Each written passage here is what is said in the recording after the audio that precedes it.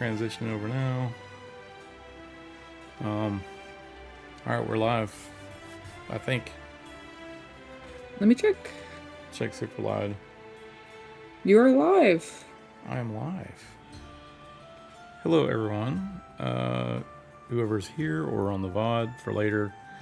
I have just recently uploaded like 12 streams from the last, 2 months or whatnot.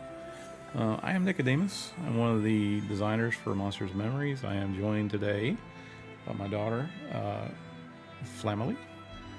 Say Hello. hey. There you go. And today we're just going to do a little bit of testing the Fighter Quest in Night Harbor.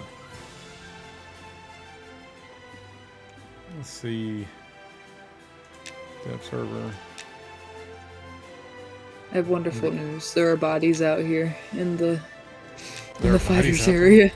That's not good. They were, well, no, they're alive bodies. They weren't alive last time. Oh, okay. That's okay. That's better. I need my coffee. It's been a long day for me.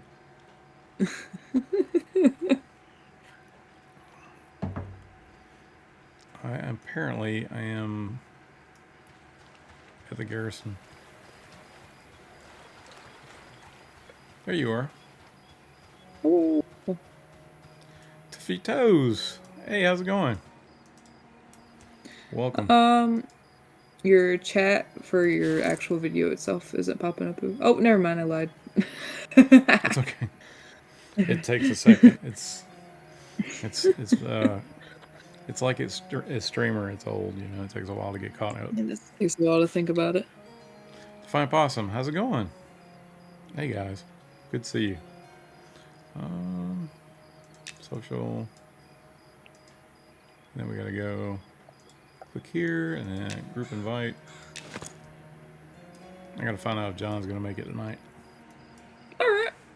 Give me 1 second. Yeah. Yeah.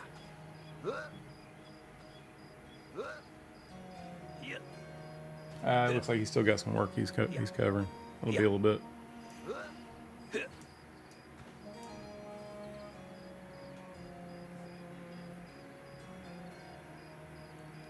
Define says, and it's bedtime, and I'm wrestling a 4-year-old and a 1.5-year-old to get to bed. Usual stuff. I feel for you, sir. I used to do that too. Yeah. Yeah, I am. Well, I'm not the quartermaster, but I'm near the quartermaster. Quartermaster is this way.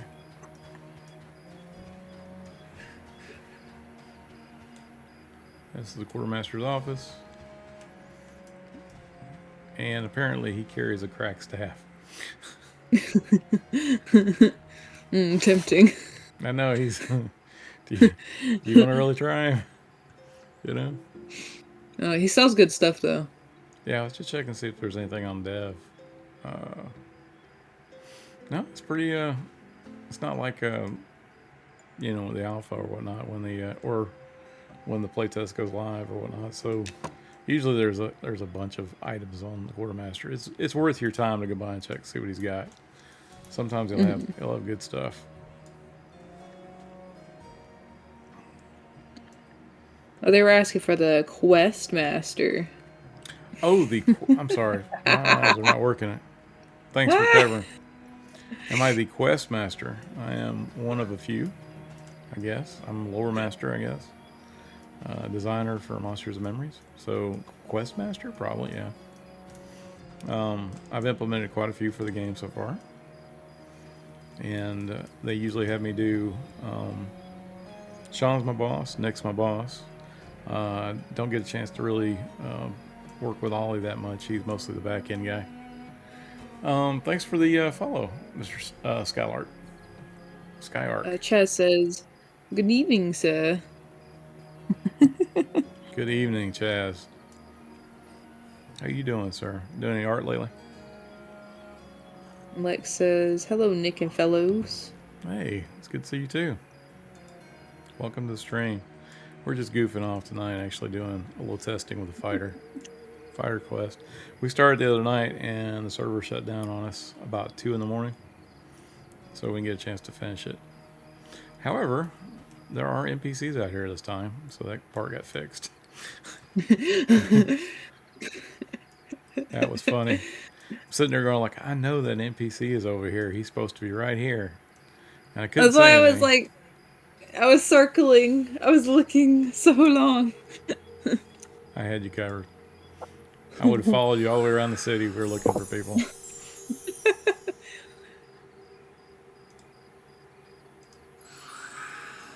There we go. Just a heal. That's all it is.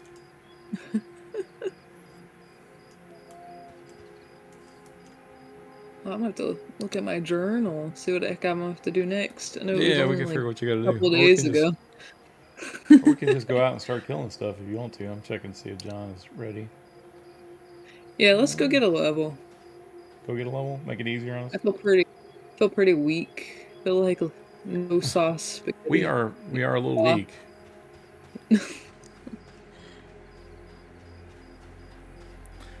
Defiant Possum says, when your daughter was 4, did she absolutely refuse to and hate to get her hair brushed?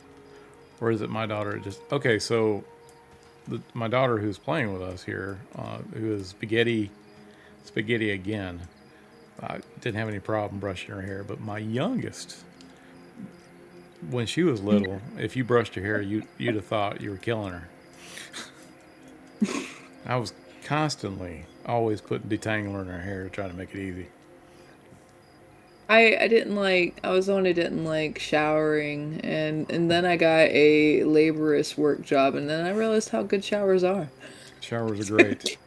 It's always, hygiene's amazing. Well, So it's more or less just sitting in the shower and thinking about your long 8-hour shift. I have let's say I have a very a simple way of parenting. I always believe that parents are responsible to teach their kid how to cook, how to clean, and about hygiene, and then everything else is to taste or whatever the child wants to learn. Let the child learn. They want to become physicists or rocket science, just to encourage it. But I always told my kids, before you leave my house, you're going to know how to cook, you're going to clean, and you're going to be able to take care of yourself.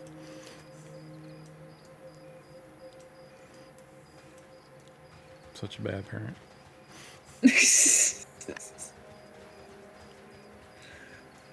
See, bats are easy. Let's kill some bats. Yep. That sounds good. Yes.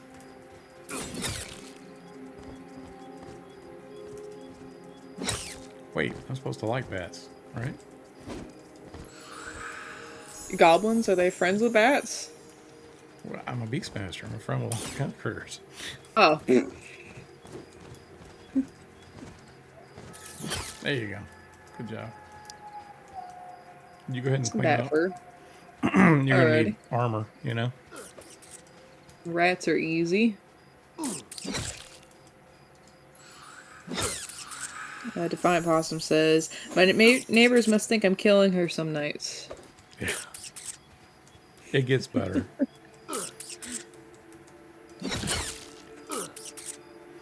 I've raised 4 daughters and 1 son. I love them all.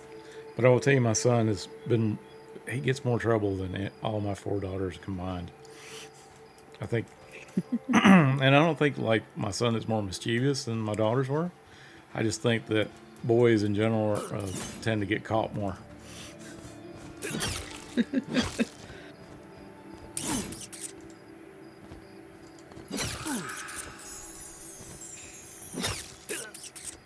I don't know. I wouldn't have thought about the peeing and the hair tangler. I wouldn't have thought about that. That was some pretty genius work there. Okay. since you brought that up, I guess I gotta tell this story. Oh, my son. My son is my 4th child and my youngest daughter, and they were like a year apart from each other. And my youngest daughter has got arthrogryposis. I mean, she can't move her arms or legs, but she gets around pretty good, and she's learned how to do life her own way. But I will tell you that they were always what I call yin each other, which all siblings do growing up. They all give each other hell, right? And I just think that's normal. But this one time, this one time that my daughter, my youngest daughter, got on his nerves so bad, and I was almost about to go on my way to work, and I noticed the bathroom door was just ajar, just a little bit, and so I saw the light was on, and so as a dad, I was gonna reach into the bathroom and turn the light off, because power, money, we're trying to make sure we save as much money as possible. All dads do that. Turn the lights off, whatever. And so there I was, opening this door, and I happened to catch my son. And there he was with the detangler bottle, the spray bottle, with the top of it off, relieving himself in the bottle.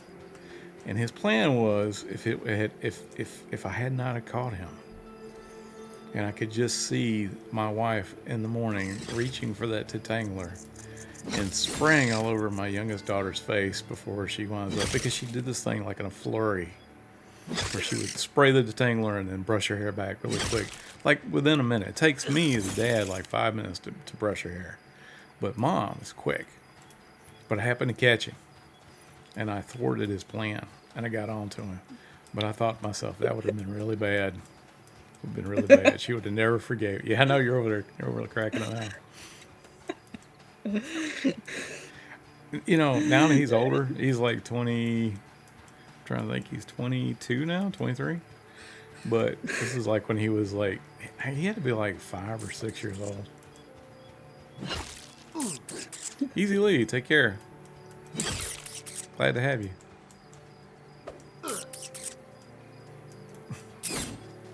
All I know is that when raising kids, you just never know what you're gonna wind up running into. What kind of, every day is a challenge. Oh, I need to be healing you. Sorry. That's okay. Let me know if ate by a rat here. Yeah.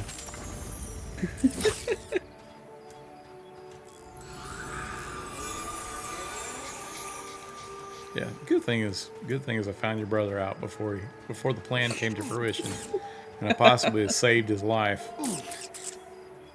Deep Sea says, "Lore Master Nick, how does your week, good sir?" Or how good? I had just finished up implementing the Evershade Wheel Bard Quest 3 today. It's still got to go through its checks and validation and all, make sure everything works fine. But I am going to be going on to the Beastmaster quest tomorrow. Oh, look at that. Thanks, Deep Sea. Wow, 5 gift subs. Thank you so much, Deep Sea. Appreciate it. Thank you.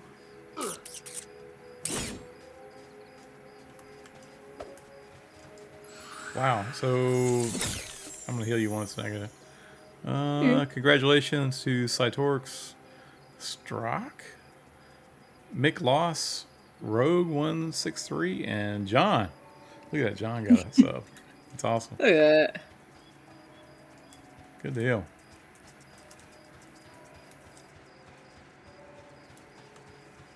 John was it subbed? Shame. Uh-oh. Yeah. You're gonna need some help. You got this? Yeah, I got it. I just need to... Oh, yep, we're level 2 really now. cool. We got this. Yay. Or at least I am. You are. 1 second for you. I'm gonna get a tag on this one. Really cool. There we go. Oh, let me hit you up.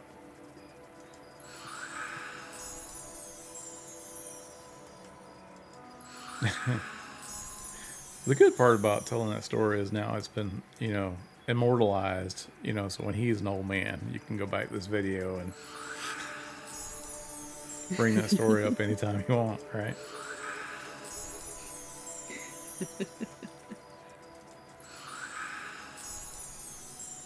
I bet you right now my daughter's trying to think of other stories she can bring up. Oh no, I know plenty. I didn't know if you wanted to hear them. No. Let's protect the guilty right now. It was good. Like guilty, protect the guilty. Yeah, protect the guilty. He's done his penance. Good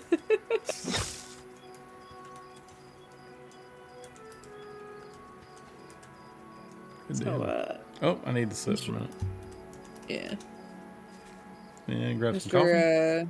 Skyr says, "Oh, an old school EverQuest reskin back to my teenage years. I wish I could play it right now. When's the next playtest, Nick?" There's not been an announcement yet on the next playtest. I know we've got the alpha test going through February. And then there's going to be a beta sometime in March. And that should go all the way to May. And I think there's going to be a lockdown at the end of May. Basically, what that means is we'll be doing changes, major changes, updates, all the way up to the beginning of May. And then they'll lock it down, and then only polish and emergency fixes will go in until EA launches. There'll be development still going on. We're not going to stop development. We're just, at that point, you have to make a cutoff and make sure that the build is perfect before it goes out. So it's normal to do that.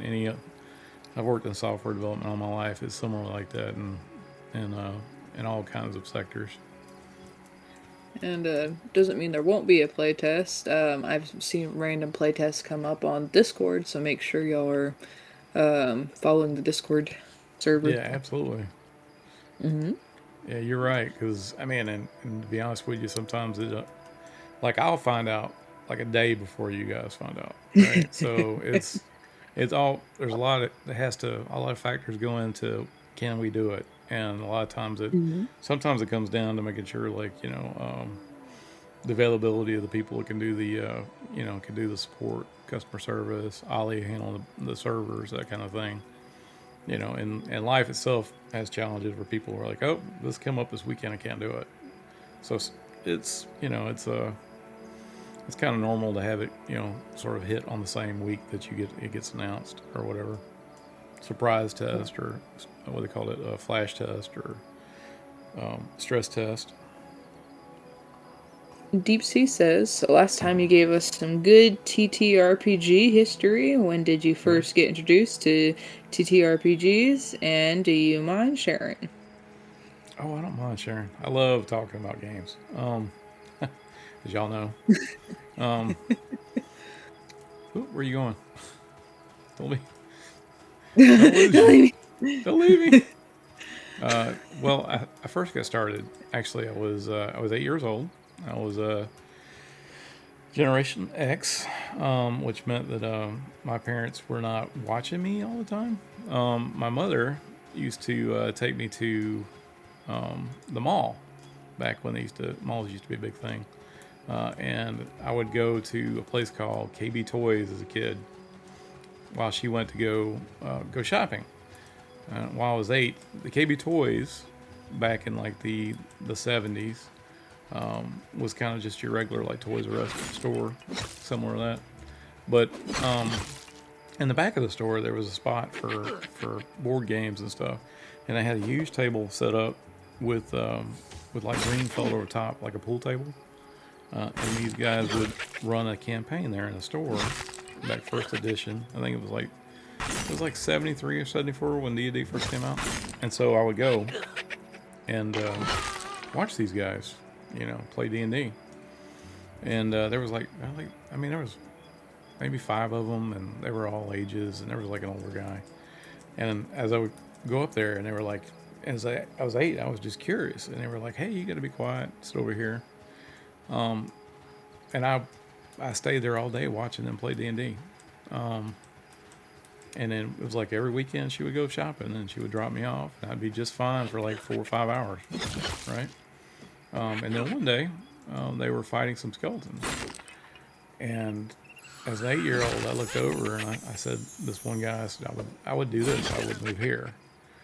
And then the GM, who was a really nice guy, a dungeon master at the time, looked at me and he said, "You guys mind if I let him roll the dice?" And they're like, "Sure."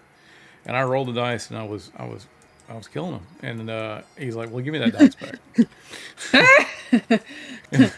But I had a blast, and I told him, I told him thanks when I left.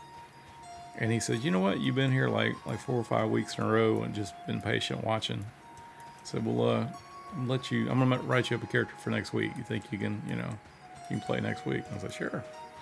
And that's when I started. I was 8 years old. That was a long time ago. I've got over 40 years of gaming.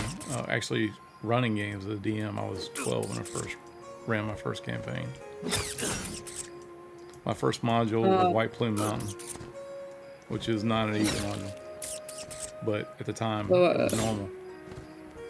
your camera went out at some point. Oh no! No. I still have not figured out why it does that. Hang on. I think you should whenever you can. I think you should change your USB port that's connected to your camera. It might just be as simple as that. Yeah, could It be. might just not like that, you know.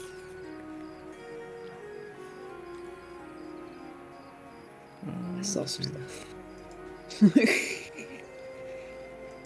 There we go. Transition. Shifty's lost Alright. his armor. Shifty's What? always changing up his outfit. Did you pick up some armor? I did. I found shoulder pads and a hat. Good deal. So, Fizz was letting you know your camera's out, and Compact says that's his avatar now.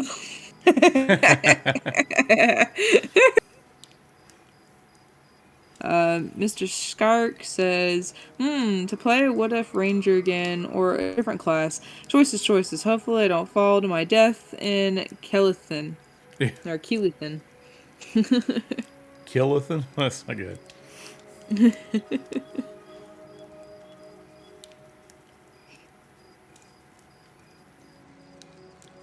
Oh, good. that animation, Jenna just made that for me. She's working on another one for the subscriptions too. So let me know if that's too loud. I just put that together. I don't know if the sound is off on it or not on your end.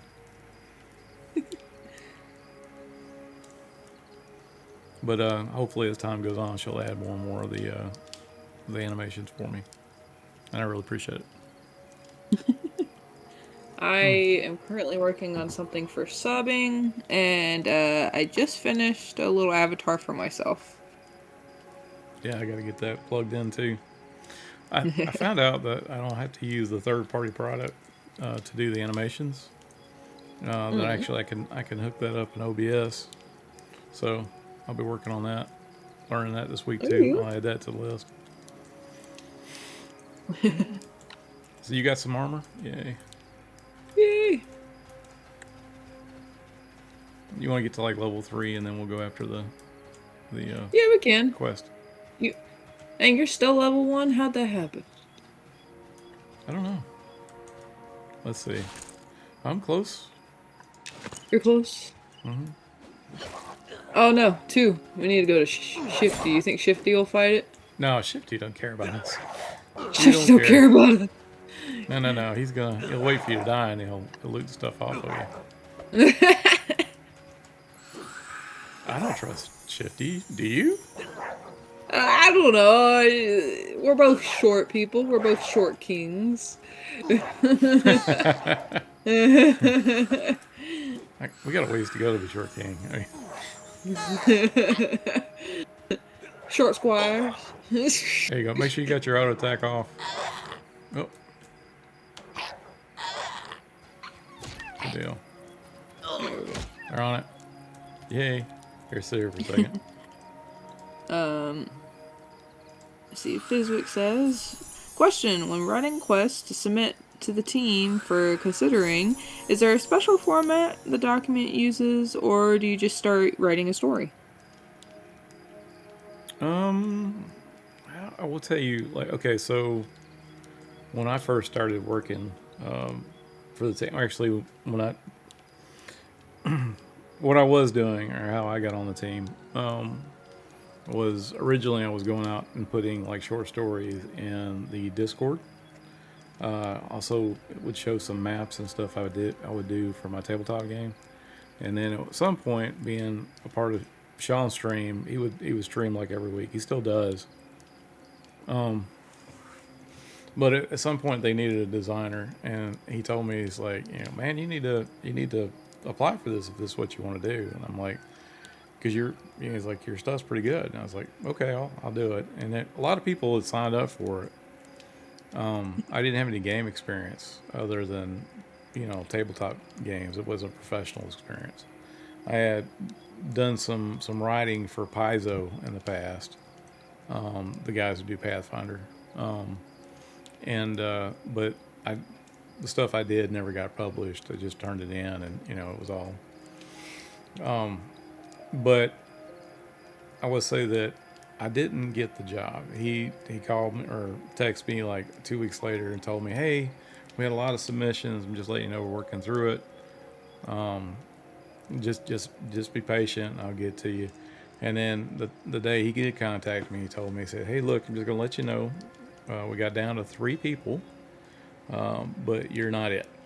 The other 2 guys who are considering have got the only thing they've got different than you is the game experience. That your quest that you submitted was good. There was nothing wrong with it. I couldn't find anything that was any issues or whatnot. Just let you know that it just come down. We had a lot of people." And I sent him a message back, and I told him, "Look, I really appreciate you giving me the opportunity to do this. I had a lot of fun with it." And I said, "And I know that most of you guys are volunteer, and this is sort of a labor of love, a passion project."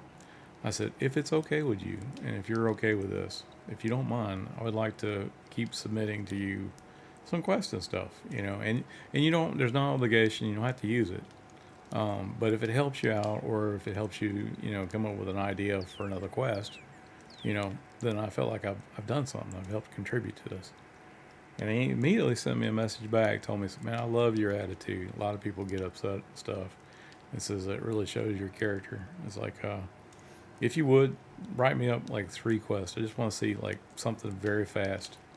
And I did that for him, and I turned that around in like a day, and he liked that. And then I told him, I said, can I write you something that just without any constraints, I can just sort of flex and show what I do. And I did, and I created a murder mystery quest in Night Harbor, and I gave it to him. It was 36 pages, and he said, "Man, this is epic." He says, "I love it, but I don't know if I could get this implemented." He said, "But I use mud actions and everything, and I tried to do the best I could with it." And then he asked me, he said, "Hey, look, I need you. Can you write like one of the guys for me? Just pick one of the guys, right? I want you to do a write up on it, a full what you would consider a write up for it." And I did, and I chose Porbor. And when I gave him Porbor, and I was sort of expecting, okay, this is good. We'll find out if he needs something else. And I mean, all this was done like in 2 weeks from when I was rejected to when I was brought on the team.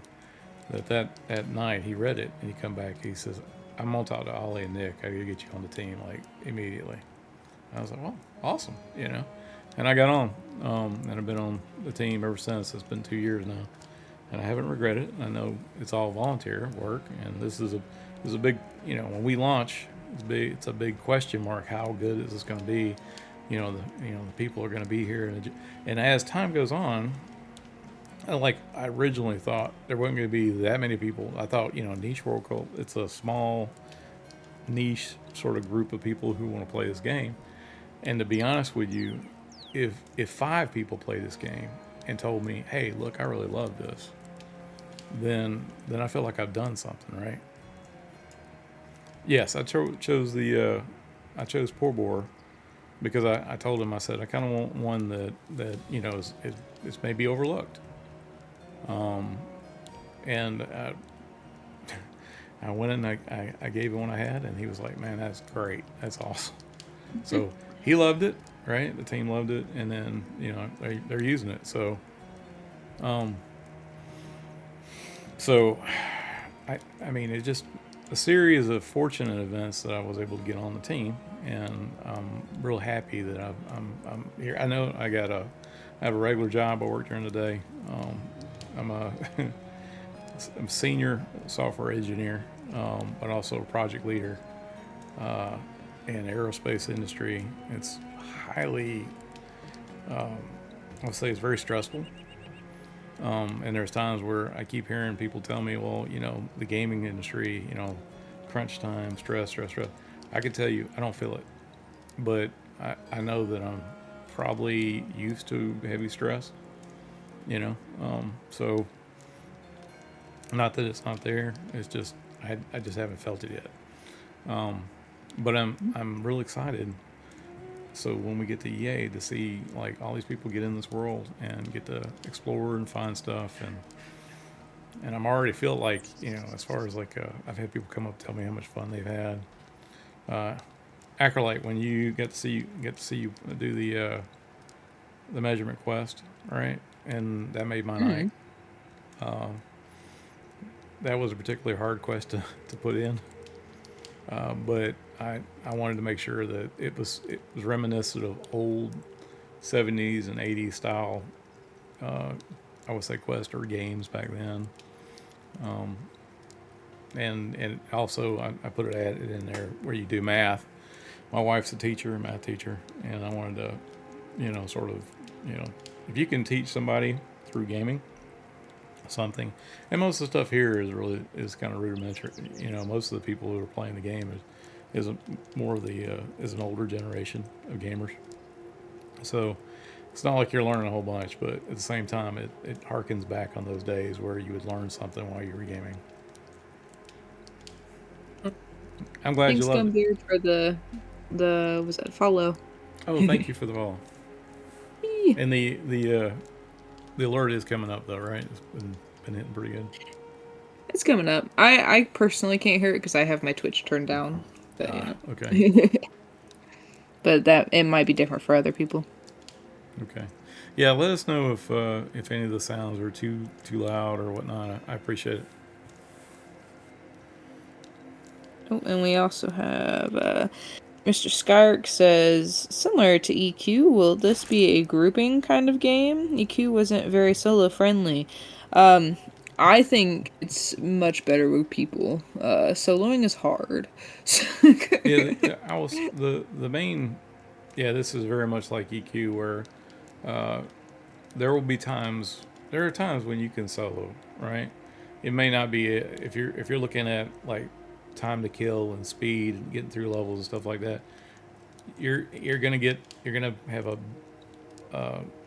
a better chance of progressing faster if you have friends, or if you make acquaintances, or you group up with people. But it's not to say that you can't solo. You can. People have been doing that in the alpha test. So it's not like you have to. I feel like if you have a mix of two, like there's times when you like where you might not be able to get a hold of your friends or whatnot. That or maybe you're just waiting for someone to log in. You got some stuff that you can do when they log in. You go, so hey, let's go to Wormsbane for a little bit, and you go do that for a little while. And he's like, oh, I got to get offline because I got to take care of my baby or whatnot, and I got, like we were talking about a while ago, trying to get kids to sleep or whatever. And then you have other stuff you can do, but I do feel like the main goal is for people to connect with each other and be able to enjoy some time in the world together. And that the game itself is made to where it's not made to where you got to be a speed run all the way to level 60 or 100 or whatever. The game is made to where it's you just get in the world and you enjoy it for a while. Go quest for a little bit, or go do some grinding a little bit, on the crocodiles next to the ocean, and hang out and talk to friends. And it's more of a casual, gathering game stuff. Hope that answered your question. Sometimes I'm long-winded. I'm old, Milkwalk sort of says, like that.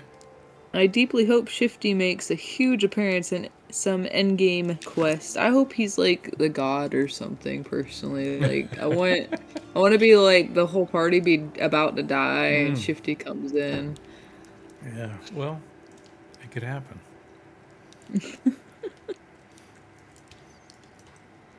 The longer, or my hope is, and one of the things I wanted, or not wanted, but one of the things I loved about the project was, unlike most modern MMOs where you'll start in a zone, and you'll sort of quickly go through quest, and then when you're done with a quest or you've hit a certain level, there's nothing left for you to do there. So they sort of funnel you through. Let's go to the adjacent zones, and you sort of do that for a little while, and then eventually you get to a certain level, and they move you over to another one. I like the idea of the world being a world, all right, and that means that if you're in a zone that there's hill giants or sand giants walking around, there's a chance that you could just get totally wrecked, all right? You need to keep your head on a swivel and be looking around, looking at what's around you, right? But to that, it means that it doesn't matter what level you are, you can go to any zone and find something to do, or go find a camp somewhere. It does mean that as you're progressing through the game, that you're watching, you're looking at the mobs or the enemies, and you're selecting them and counting them to figure out whether or not you should go that direction or not, right? And it means that if you're going to go underground, you have to prepare. Make sure you have plenty of torches or a spell that casts light, or a lantern with you or something, right? So there's a lot of forethought before you go adventuring. And I would say that normally in games, like if you're playing tabletop games, you're going, well, I'm going to be in the city, I should be safe here. And I will say that you're not really safe anywhere if you think about it. There are some spots that are made to be that you can rest in, but it's always good to be just aware of what's going on around you. And that makes it feel more like a world.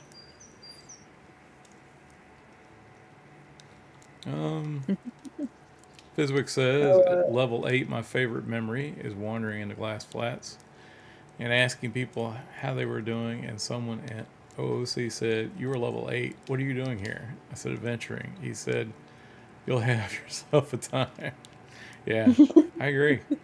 That's a little low for that area, but I mean, I watched, actually there was a stream I did with Jenna last year where Fallen Pass was not completed, and she made it her goal the whole stream. There was mobs in the zone, but she made the whole stream where she was like, I want to get to Green Castle, and we just followed her all the way through. She snuck all the way around to try to get to where that castle is. She never got there, but she learned a lot about that zone. Mr. Skyrk says, also, will there be a flippy dark paw? A flippy dark paw, like in EverQuest? I assume so. That's what they were talking about EverQuest in the previous. Yeah, Flippy Darkpaw was a gnoll that would attack Kino City in EverQuest. Every so often he would say, you've ruined your lands, but you won't ruin mine. Are we going to have a Flippy Dark? No, we won't have any characters that is exactly like EverQuest. But I will say that I would not be surprised if there are NPCs that act that way.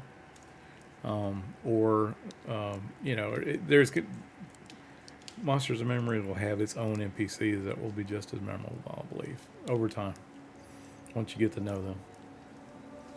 There are some named enemy NPCs, but I find them like in Shira camps. There are some named Shiras, or there's a quest where you have to go kill a certain were-rat dude. He has a special name on top of him.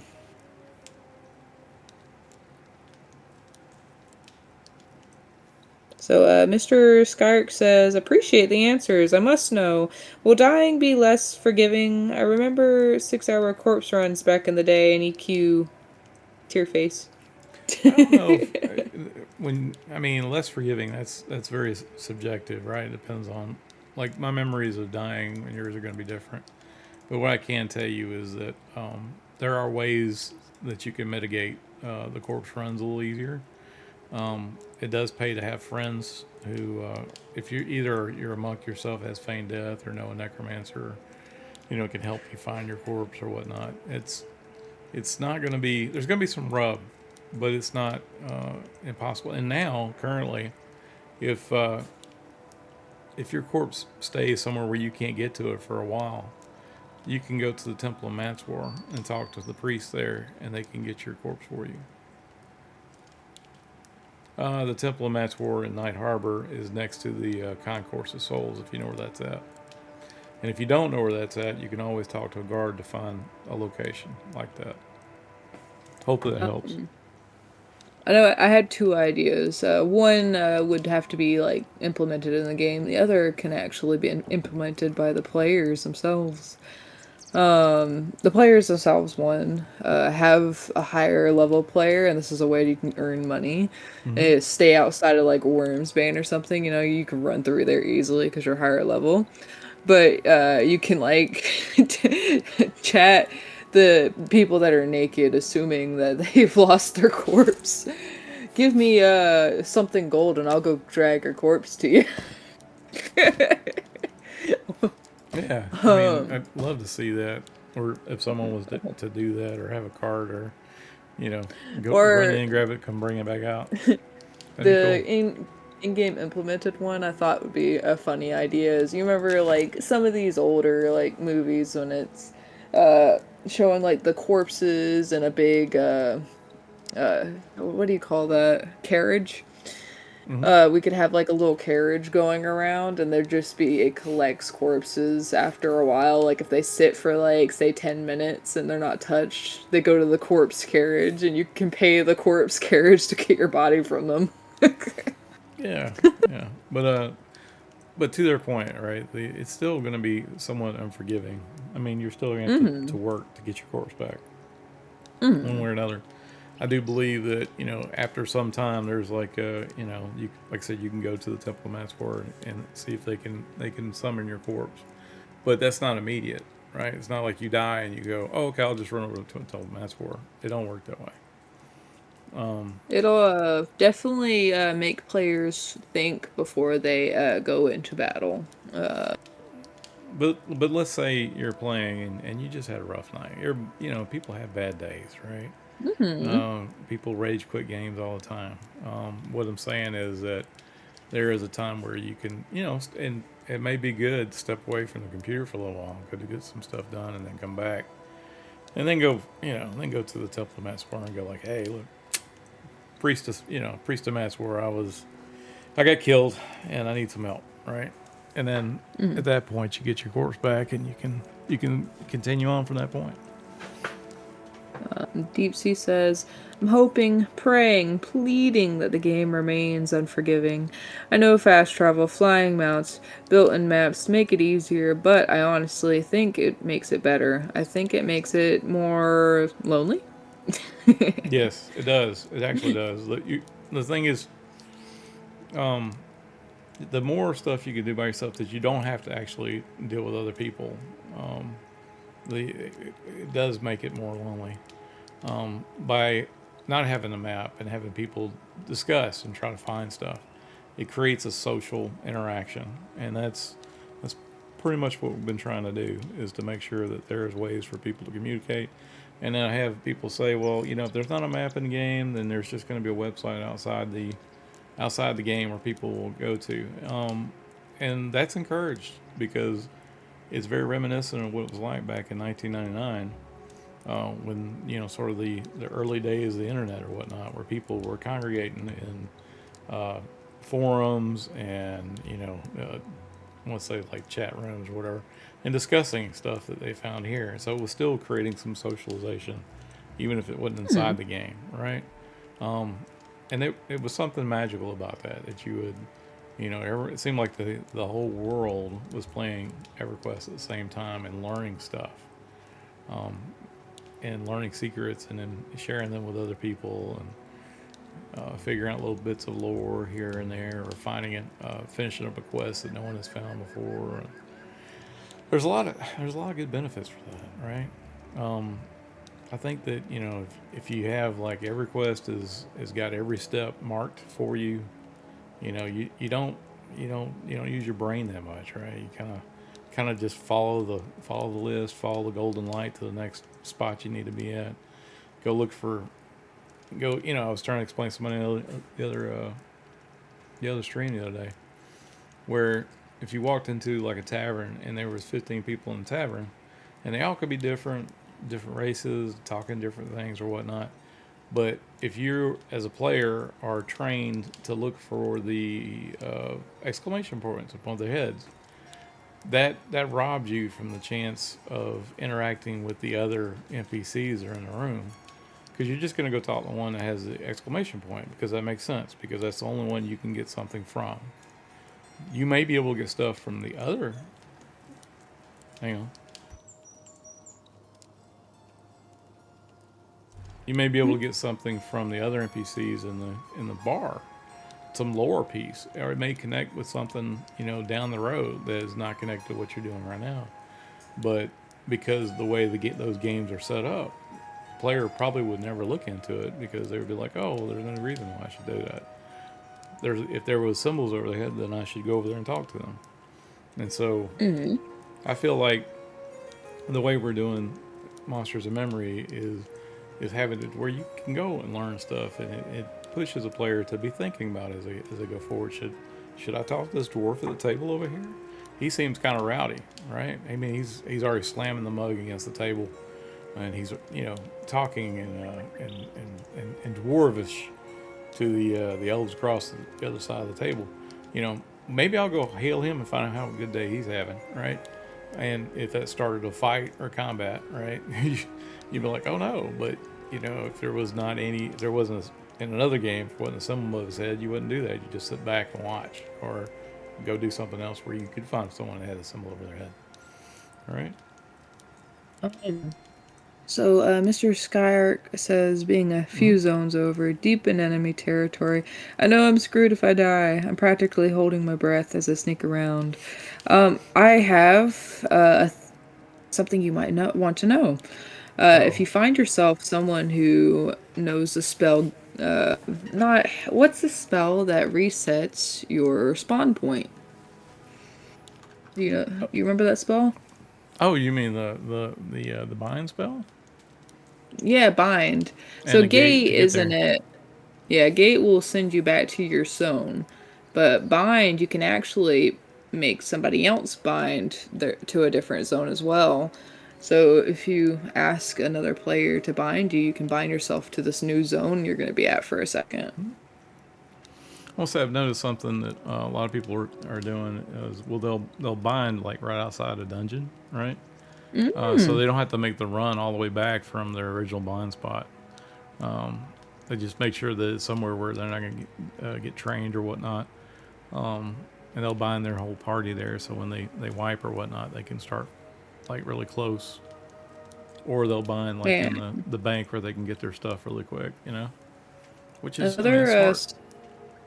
Another suggestion to make things easier as well. People have been buying a second spell book and getting it set up and putting it in their bank. So if they do die and they're all the way back at the city, they pick up their second spell book, and it makes it easier to make the run back to your body.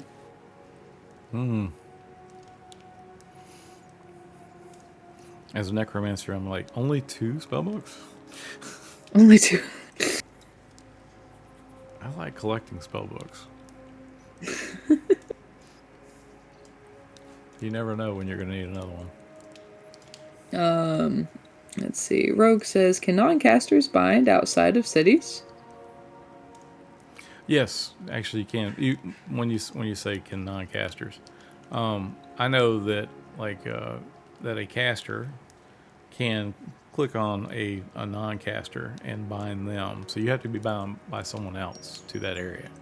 But yeah, you can be bound even if you're a fighter. You can be bound somewhere, but it will require you talking to a caster and getting them to cast it on you. Deep Sea had said, I'm replaying Q and Quorum, and it's funny. I fell right back into it. More excited than any MMO I've ever played in years. And day 2 through 3, I've made new friends, chatted with total strangers, adventures with people around the world, groups I've actually talked to in ESO and GW2 0.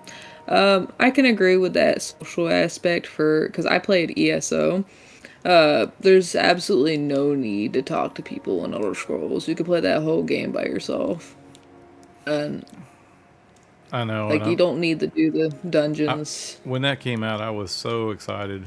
I have been a Bethesda fan for many years since the Arena days back in the '90s. And when it came out, I was like, "Oh, great! I'm gonna get the Elder Scrolls, but I'm gonna be able to do the MMO thing with my friends." And then when I played it, I was like, "Oh man, when am I supposed to?" And I'm actually, I'm kind of okay with the questing the way they had, but the only problem to me is when you heavily instance the way they did. And say if I wanted to game with my daughter, right, we'd have to always game together at the same time. Because at some point you're definitely going to have an instance where it's not going to match each other, right? I will have done a quest, saved a town. She will not have. We go into the same area and we're not able to help each other.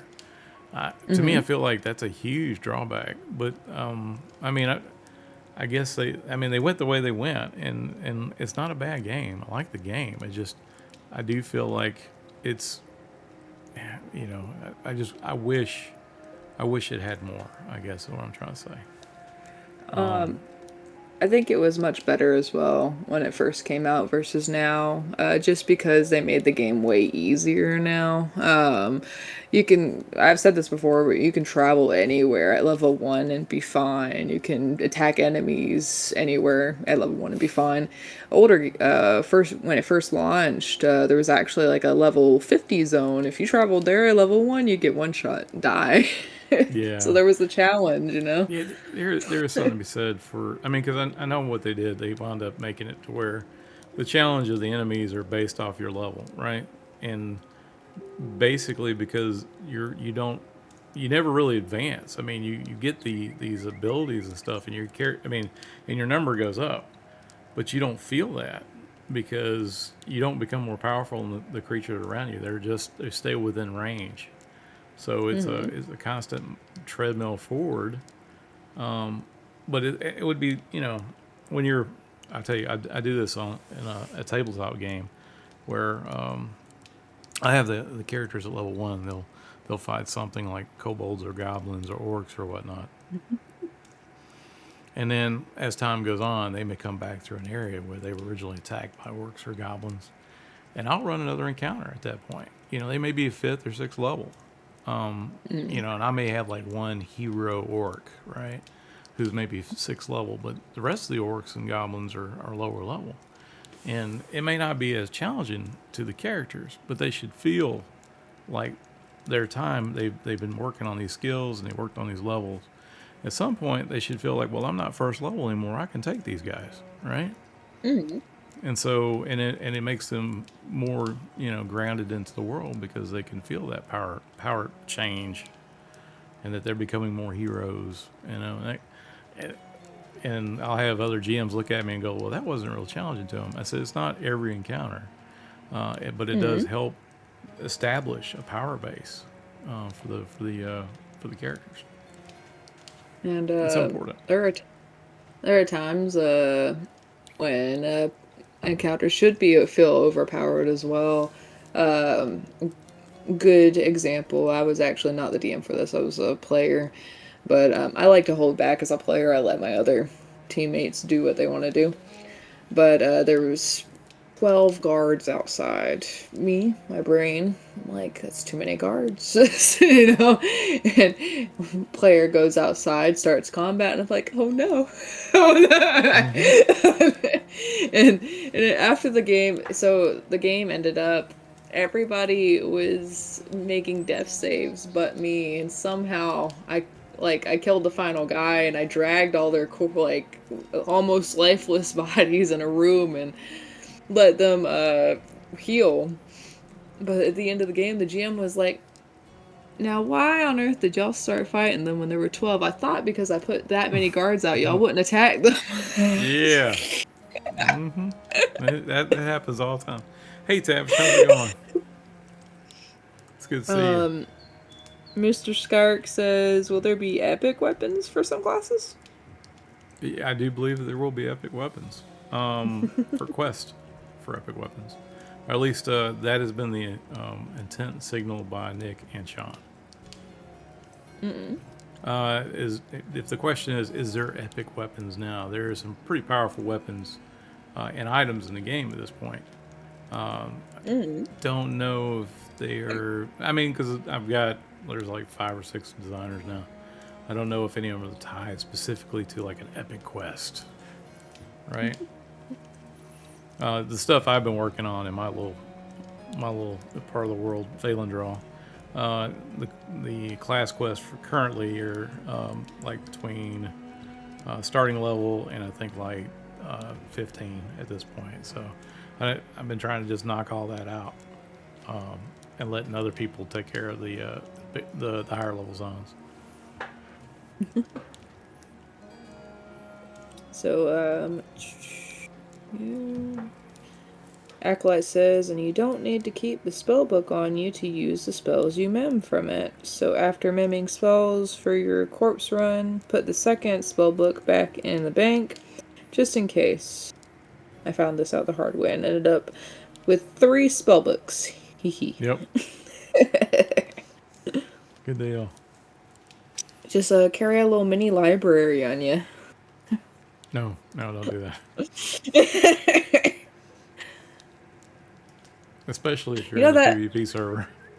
Don't do that. That wouldn't be a bad idea either. Going to the front of a dungeon with a bunch of spell books and charging like players a little over the price you bought them for. Mm-hmm. Oh, looks like we're gonna be looks like we're coming down for a minute. I guess this is a good time for doing like a little break or whatnot.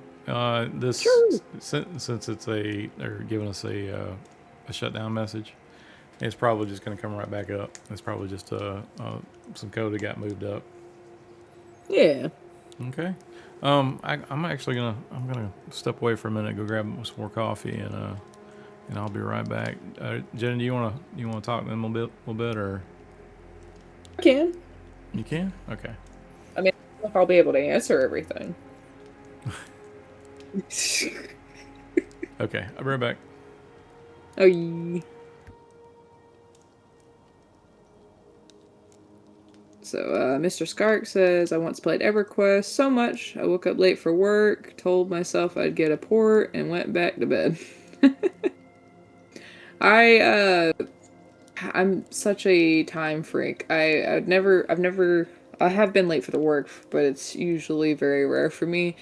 But I have played through an entire night, looked at the clock, my alarm went off, and I was like, oh no, no sleep.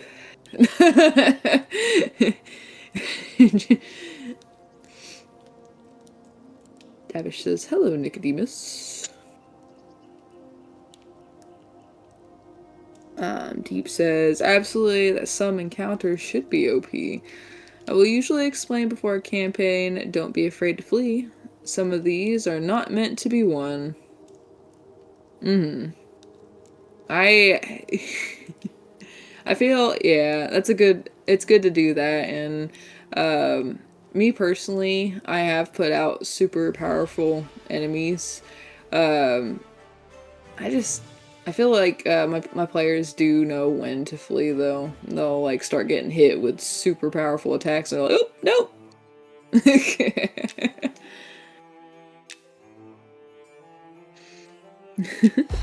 Fizz says, sadly, as an enchanter, I need to fill out my hot buttons with spells to buff. Then forget those and learn my combat sit. I'm cursed.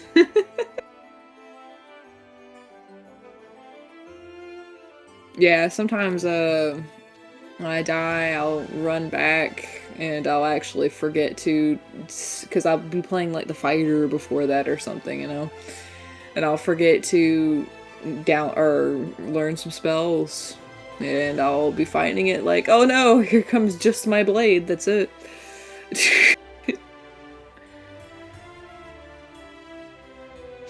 Tavish says, spaghetti again. Is that a good thing? No. So, Skyark says, who needs sleep when there's loot to be had? Exactly. Now with full 40 hours plus a week work and you got other activities you have to do. You know, you go home, you have chores you have to do at least to keep a clean house. I mean, it's either like sleep or game, and sometimes you just got a game.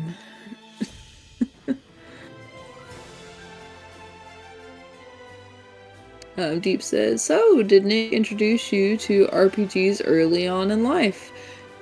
Do you have early memories of your first campaigns? Yes. Probably. I actually watched him play EverQuest, but I never played it myself. I was a little too young. But I did start on WoW, Vanilla WoW. I was really young when I started playing World of Warcraft, probably around 4, I have to guess. My player name was I am 4 years old, and my father's player name was I am Dad.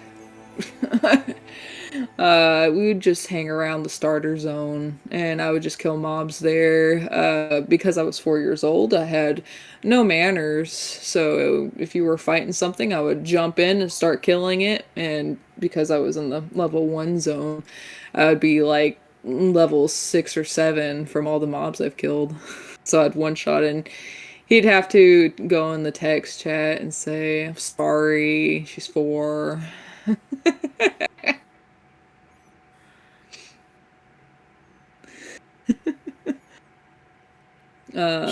She was really good, Tired. actually.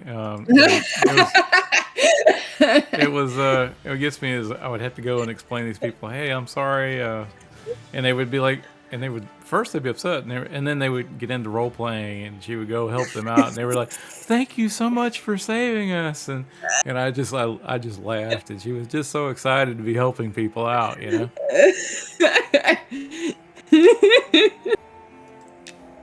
Skark says, that's what coffee is for. Yes, that is exactly what coffee is for. Let's see, Tavish says, at 4, he must have been one of the youngest players on WoW. Ah, yes. She was. She enjoyed it though. I mean, it was like I had to teach her which buttons was what, but she had a lot of fun. Mostly just, I mean, it wasn't for long periods of time. It was mostly just around starting area, newbie areas. But she had a good time. I remember always wanting to ride the mounts, specifically the tiger mount. And you can only do that at level 40. And I guess I finally got to an age where I understood that, quest level, how the game is actually played. And I finally got to level 40, and I just rode randomly around, just excited that I could finally ride that tiger. Like, for days, she did this. You think that person riding that mount was going somewhere? Nope, they're just riding around in circles in the city. Yeah. Just riding around, just hanging out. It's all good. Deep Sea says, haha, that's awesome. My kids used to play on WoW account just to ride the mounts. They're 22 and 23 now. Awesome. What race did you play in WoW? Me, I remember playing several races. I remember playing the Dark Elf a lot, though. So that was probably the one I favored.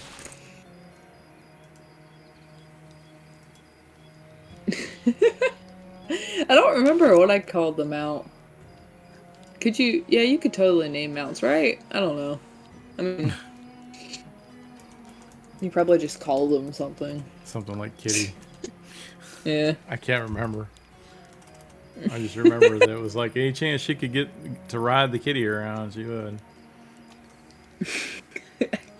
Tavish says, Yuka Alliance for the Horde, Skark says. It was the I think the last time I played WoW was right before the panda bears. This huge meteor thing, I recall, hit the world, and it changed some of the locations. And there were some monsters you would see later in game in the earlier stages, but lower level. This was a long time ago.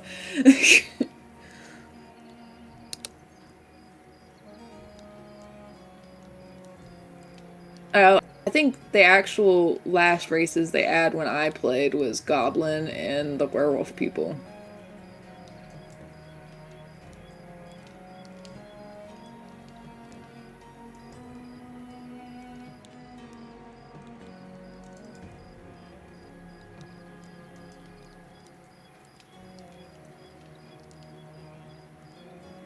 As far as like maybe like that's the first RPG video game wise I can remember, but tabletop was D&D. Nick would actually let me roll dice when I was a kid.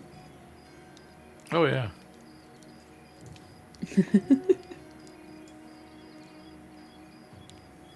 What gets me is when she was a baby. My friends would be over, gaming on a Saturday, and when I was younger, playing D&D, I'd play all weekend long. Like we'd start Friday, and would last all the way through Sunday. We when I was a teenager, you hang out, and then you call people up and be like, "Hey man, we need to do this thing." I've been thinking about how we're going to take out that dragon or whatever. We're going to do this. We're going to try this, and then, but when I was older and like I think I was 27ish when Jenna came by, and then she, I'd have her with me, and she would sit with me as I was running games at the table, and my friends would be like, "Here, let me hold her while you're doing." So Jen would swap between me and the other players, and next thing I know, I'd look and I'd catch her. She would grab a D20 and she'd try to bite down on it, and I was like, "Whoa, no!" So and then I had to get her a D20 that was like just this gigantic one. So she had one she could hold and chew on if she wanted to, because she was teething. But it was always wonderful. When I'd get people to roll dice, and she'd come down with this like 2-pound dice D20 to hit the table because she wanted to participate with them.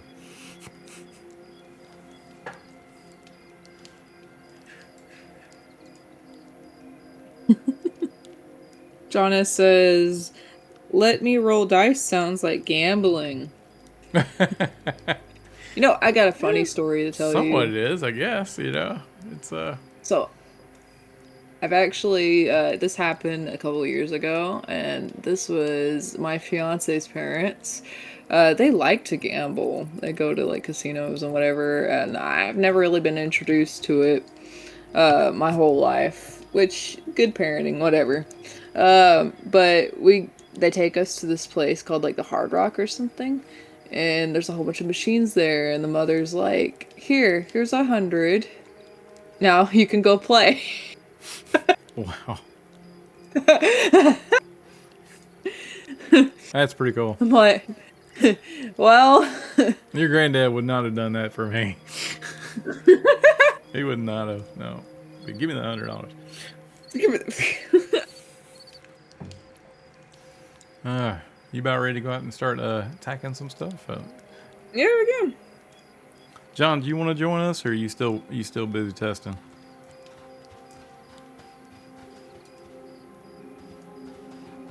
We're just goofing off. If you got stuff to do, it's all good. Don't feel like you got to be here. Yeah.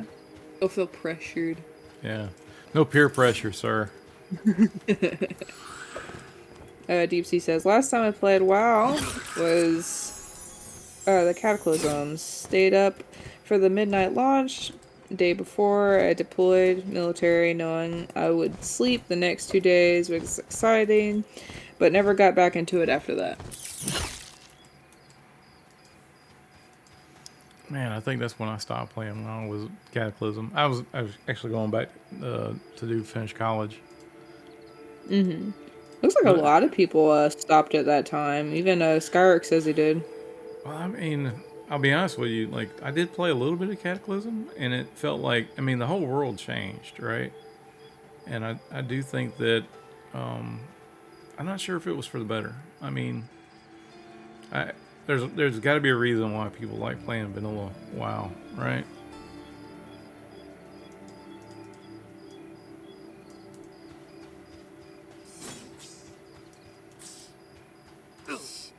Skyrick says, I'll join.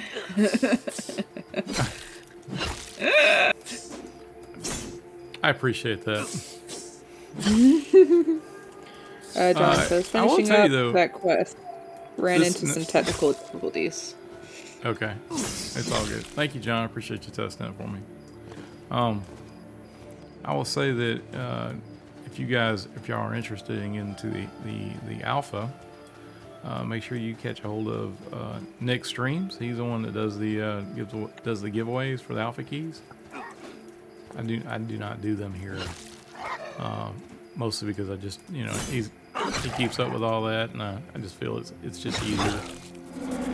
But he does wind up giving like alpha keys out like every hour, or not necessarily on the hour, but close to it. And he's given out quite a few.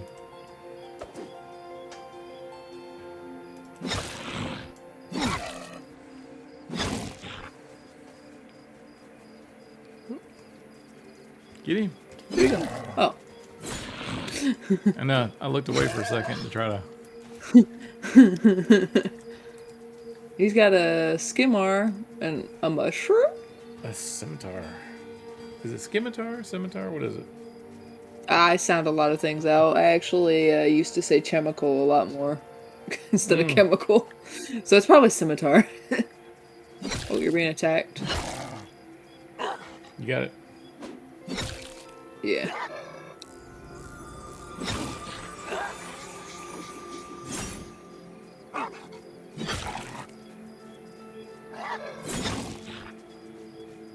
Okay.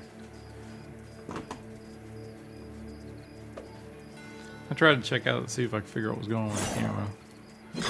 It You're required good. me to have to. I have a question. Okay. What's up with this horse?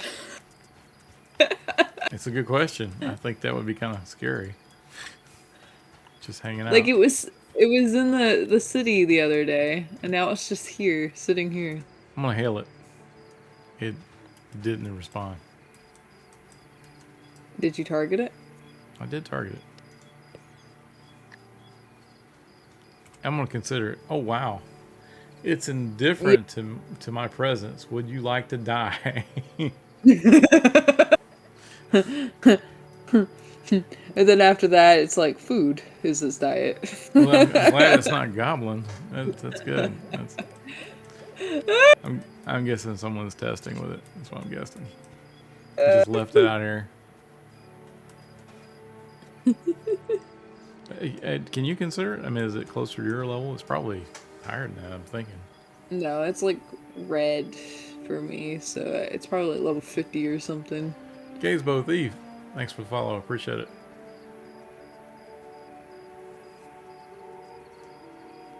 Good deal. I am close to leveling, I think. Yeah.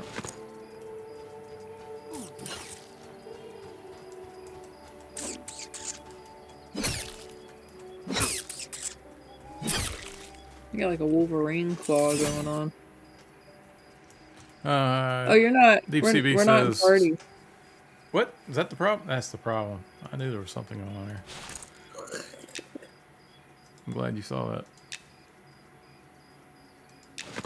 There we go.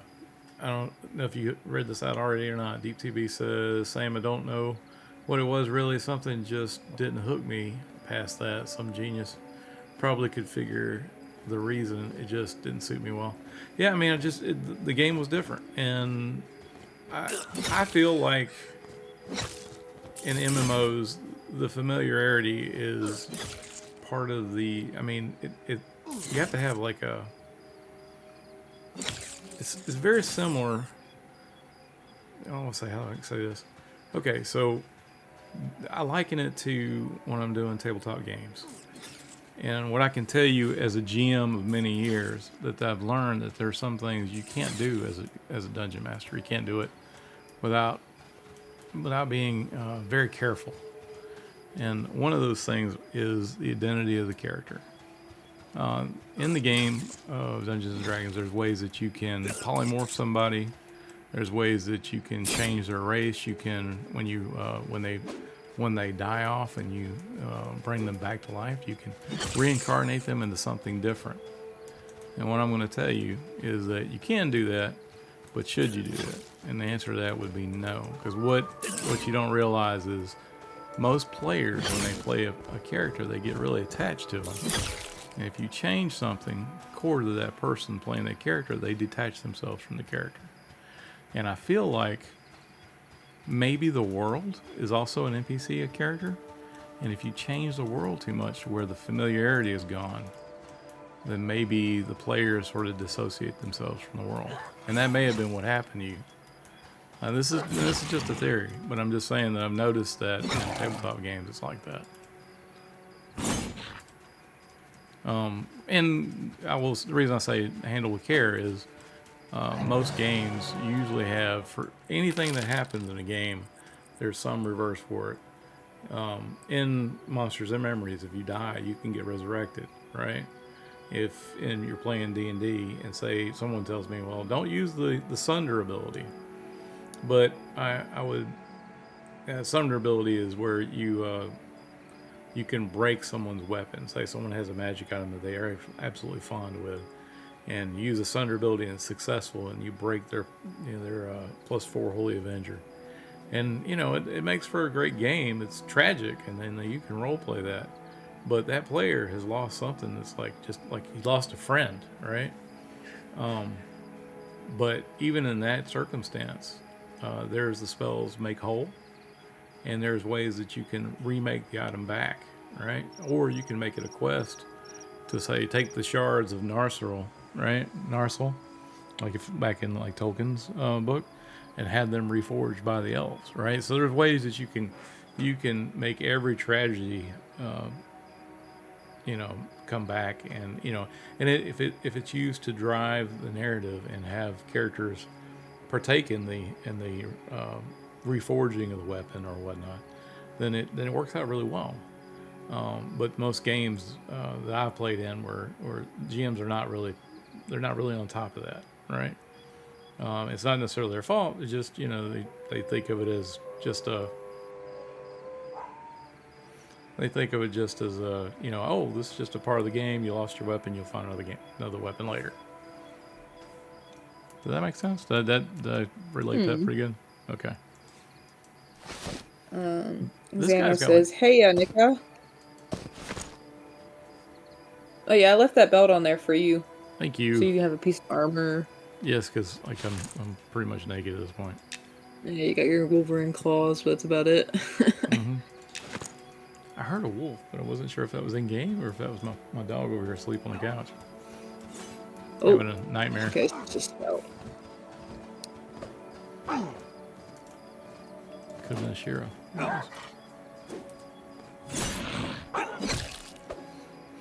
I know that Robert and the sound guys have been working on the ambient sound, so that may have been something added. Oh. What I need to do. Tis but a flesh wound. Mm-hmm.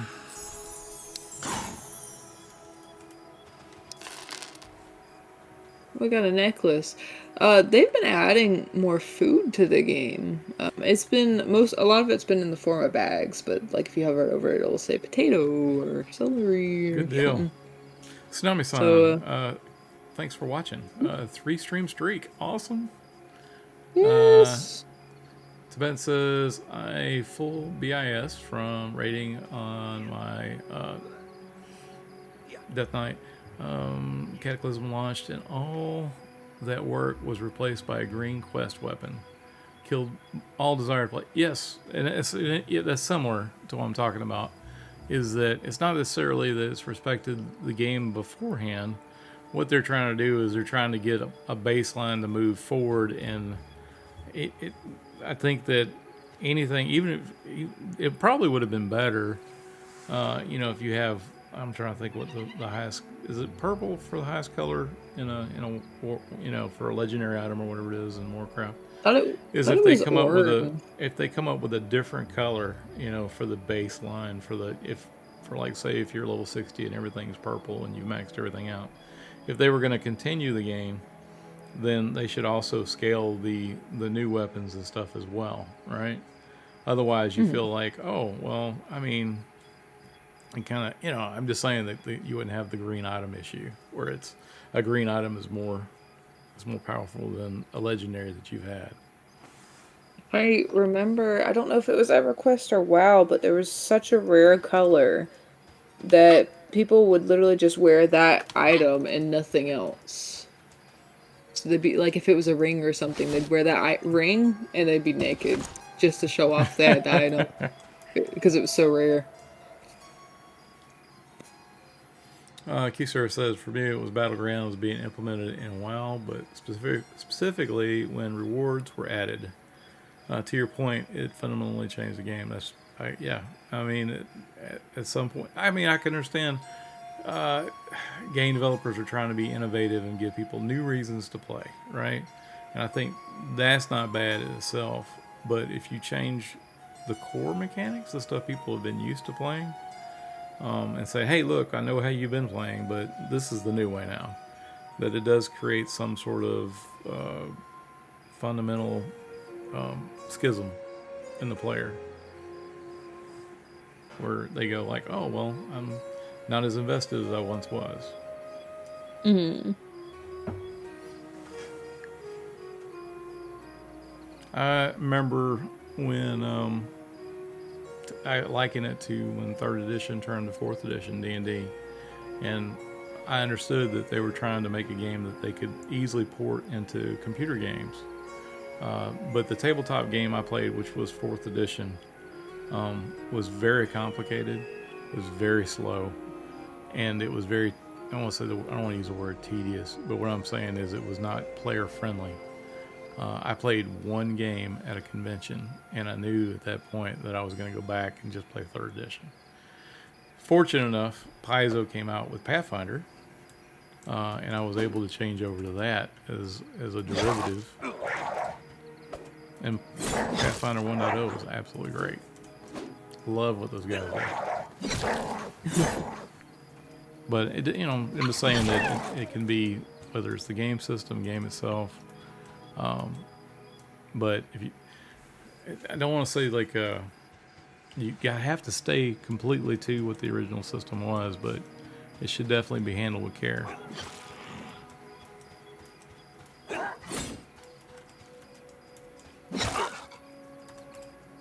I don't know if, like when they were creating 4.0, if they were giving ultimatums like, hey, whatever 3.0 was, we're getting rid of that.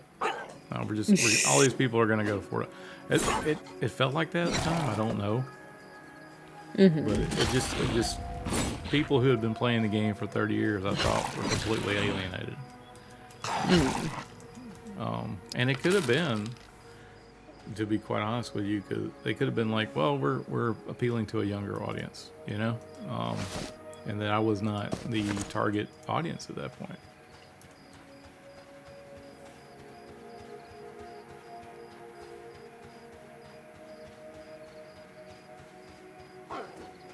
Yeah, I heard some wolves in the background too. Look at that. Yeah. That's new. You did hear some? Okay, so it wasn't just me. Yeah. Good. Stommy-san says glowing blackstone is like that. Not many thing in EQ made your hand glow. Yeah.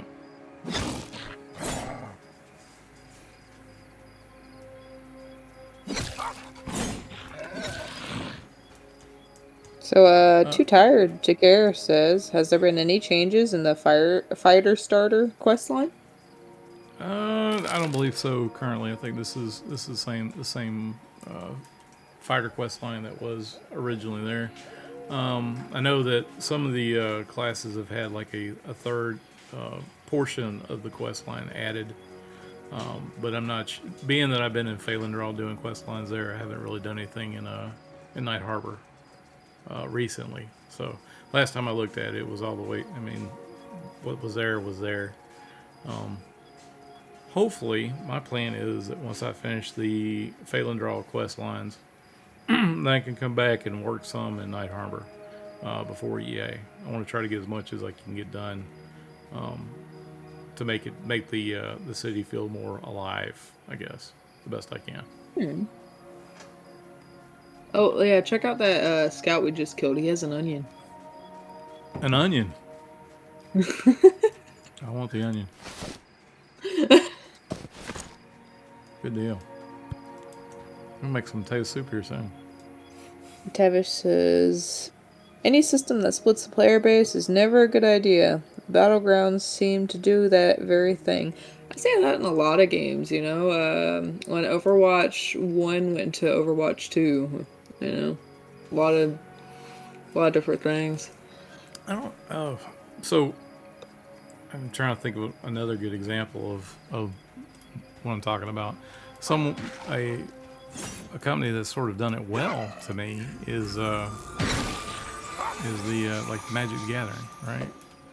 Its system is somewhat similar. You have unless it's changed on me. Okay, it's been a while since I played, but I went through a couple of editions of Magic the Gathering, and what I can tell you is every time they would come out with a new set, the rules were the same. The cards themselves changed. The rules on individual cards change. So you had some innovation, but the thing is you could. It's not like you would play the beta version of Magic the Gathering and you come in and play the next version and have to completely learn a brand new system, right? At some point there's a break. Mr. Skark says, EQ cookies were definitely a big one. The skeleton illusion was top notch. Oh yeah.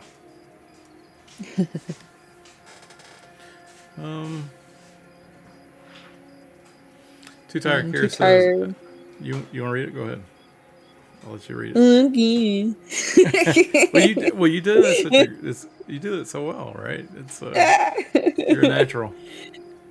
I think the starting quest across the board could use some more in-depth explanation of the mud tools. When I did the fighter quest line the first time around, I was so confused on how to do the first quest with the coal. Cannot argue that. I had the same issue. Actually, I think I had to actually talk to Sean to get it fixed. It was like in 2021 or whatnot. I had trouble with the rubbing piece of it, and I lost my frottage or whatever it was, and I had to get GM assistance. So yeah, I agree that there could be some. Part of the reasons why I have like Jenna do the testing for me is that she's not aware of the quest for the most part. She doesn't read stuff ahead of time, and so I can see where where there's disconnects or whatnot as she's going through the quest, whether or not that it's telling her enough information to be able to get through it. For the most part, a lot of players, I mean, she's not a newbie gamer. Like she's played years of other games, tabletop games or whatnot. And I will say for somebody her age, she's played a lot of like NES games and Genesis games and stuff that was completely out of her, her time, right? So Actually, when she played, I love collecting games. I have several older game systems. Actually, multiple copies of some. So, like example for the PS2, I have like a good 6 PS2s. Z, hey man, it's good to see you. Thank you for the raid. Appreciate that. Welcome, raiders. Hey. We're just doing some testing in Night Armor. The fighter quest is what we're doing. We're discussing a wide range of game related topics. Thanks for the follow, Jamaran. Thank you for the raid, sir. Thanks for the follow. That animation that you see comes up at my daughter, who's gaming with me right now, Flamali, actually created that for me. She's adding some. Oh, what? Back. Wrong way. No, run! I'm running. I'm running now. We're going.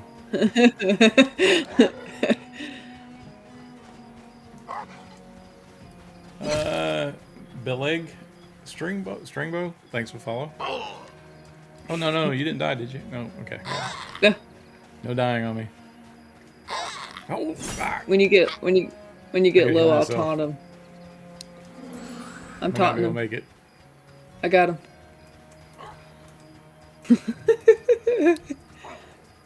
You got him?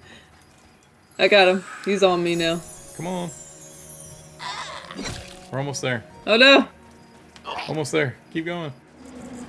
No dying. I got him.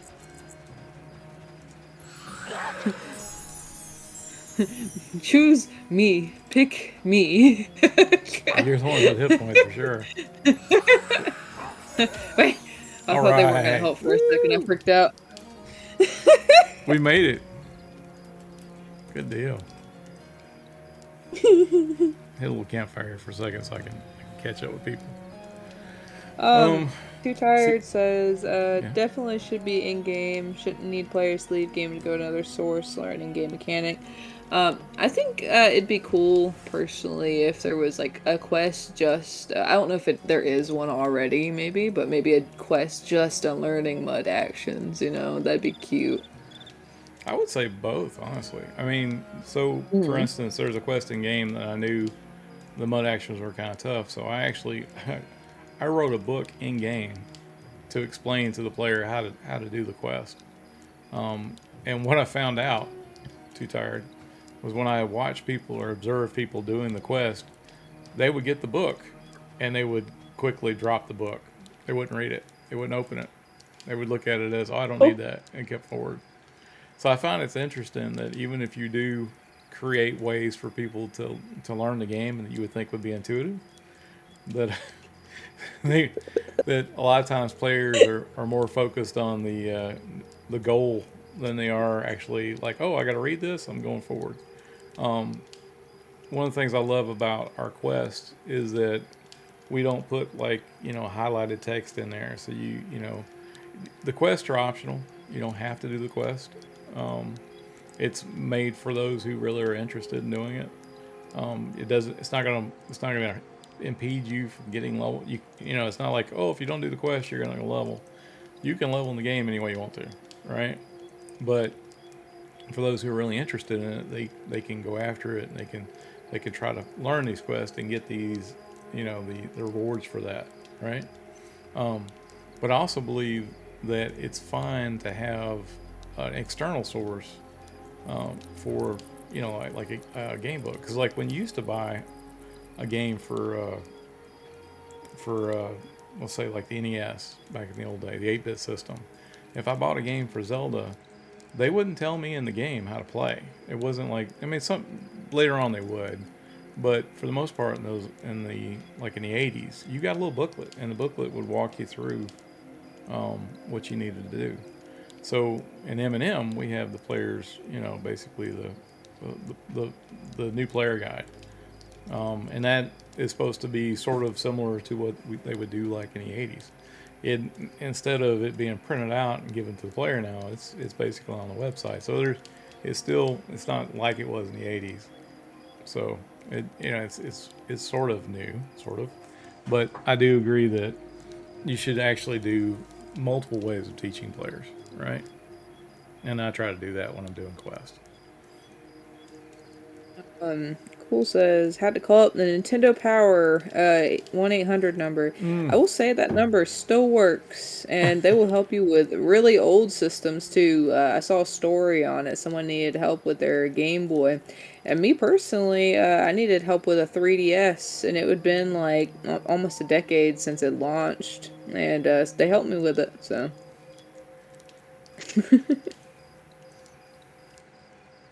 Z, are you still out there? I was just curious, what were you working on out there on your stream? Are you still doing the hairstyles? And he may have already logged out, but anybody who's on the stream can tell me what he was working on. I'm just curious. Valenthus, congrats on a 5 stream streak. Yeah, congrats. Awesome. Then he says, "Run, spaghetti." After that. We survived. I mean, it could have been worse. We could be doing corpse runs right now.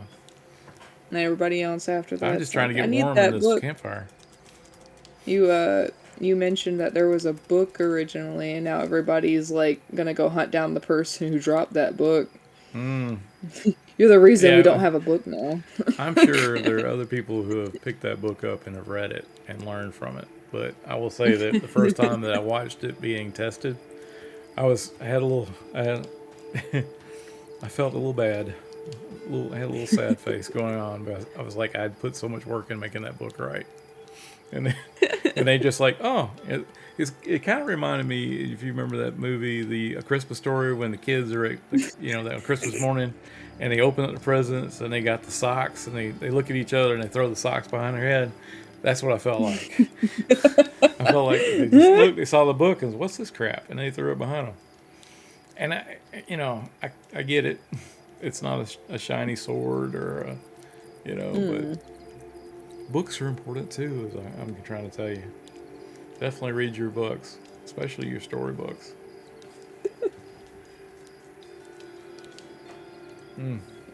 Erwin says, up, up, down, down, left, right, BA select start.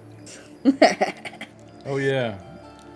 Dylan said he was working on the male human long hair. Awesome. I saw, I think Zucan was working on the female human hair yesterday. They're looking really good. It had like sort of a cornrow effect. Ooh. Row effect. Yeah, it looked really good. I like it. It reminded me of more like a barbarian style, like Aloy from Horizon Zero Dawn. That's what it reminded me of. Mr. I'm sure Scarf. it wasn't that, but it just I like that style. It was pretty cool. Yeah. Mr. Scart says, I'm off for now. Great meeting everyone. I'm looking forward to playing with you all. Looking forward to having you with us. Hopefully you can, if you're not in the alpha, hopefully you can get in the alpha at some point. Keep checking Nick's streams when he's on. I know he's doesn't have like a set time he streams, but if you can, he streams for a long period of time, and like once an hour or so he gets the alpha codes out. Good luck to you. Love to have you.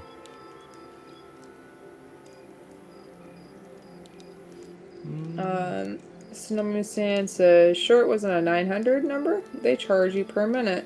They didn't charge me unless they get paid per minute. I feel like it'd be weird,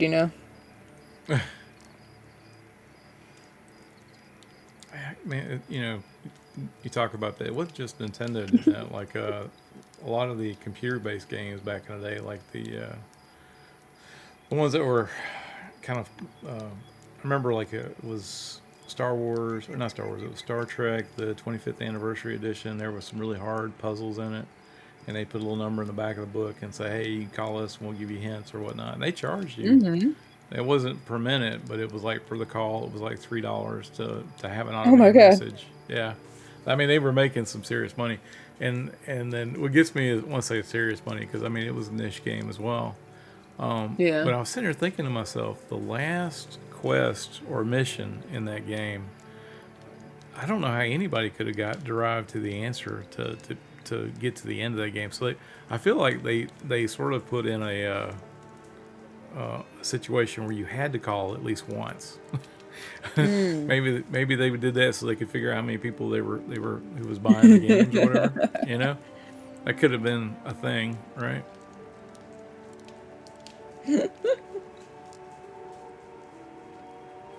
Let's see. Too Tired says, I'm pretty sure 60% of MMO players literally can't read or have the reading comprehension of a second grader. Well, you don't need to read to play games most of the time. Talon says, I can't zone into Night Harbor. I'm stuck. Where are you stuck at, Talon? What's your character name? Uh-oh.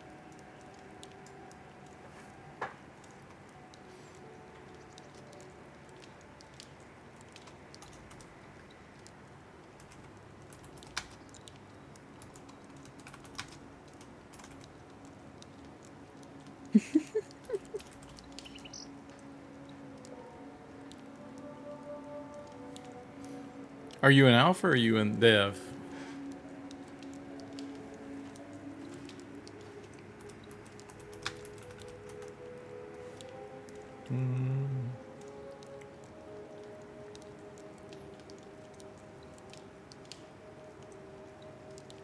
Yeah, I don't see you in dev.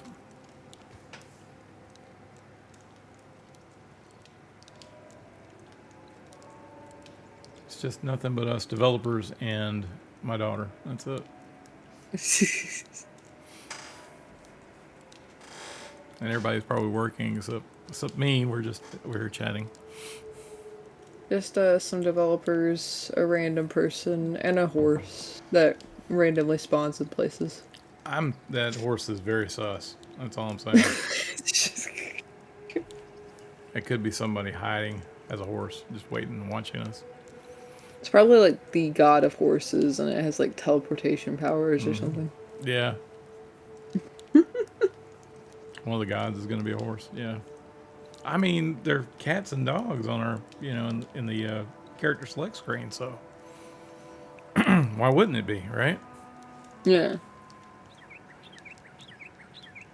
Talon says I can't log in from character select. I forgot how to move myself. Lol. Oh. Oh, I will say that there was the server did bounce earlier, so you'll have to completely come out of the game and reload it to get the Yeah, changes. go back to the launch. Yeah. And then come back. That helps me. Yep. When a lot of times when it's a server bounce, you have to go all the way back out.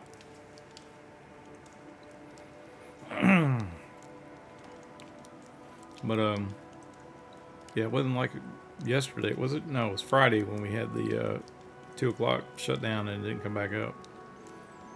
I'm not sure. Mm-hmm. I didn't catch the notes on that. I wasn't sure what was going on with that. I know there was some patches that went on though that day. It could have been related to the NPC stuff we saw, the Yeah. the wonkiness, right? Maybe it was just like an unnormally sized one. Yeah.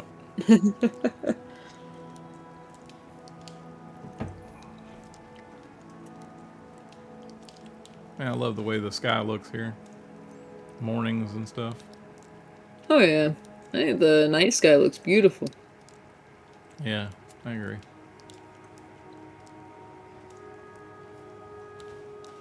Just horsing around. Yeah, I agree. we have the best chat. That's all it is.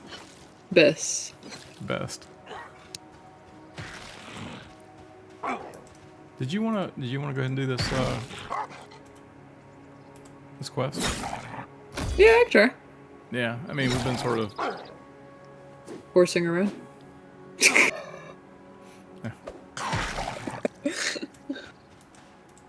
My guess it was just extended maintenance is what I thought. But usually it's a quick bounce. There's a rusty We got short money sword on from here if that you need one. it. Yeah. You take it. I already got a upgraded weapon. I've got like steak. I'm gonna go here and cook steak real quick. That's fine. I'm gonna figure out what the heck I need to do next. I don't know what I need to do. I need some shoes. I have the most detailed feet in the game.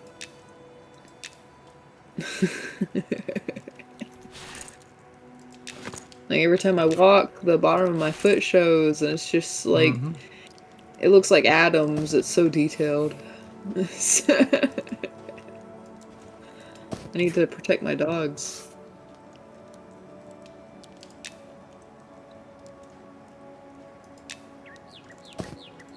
Won't let me burn the meat. So, J-Pop says, did y'all guys do giveaways today? And Snowmason answers, wrong Nick for those. Yeah, it's you want my boss Nick Hotz. Excuse me. I need some coffee.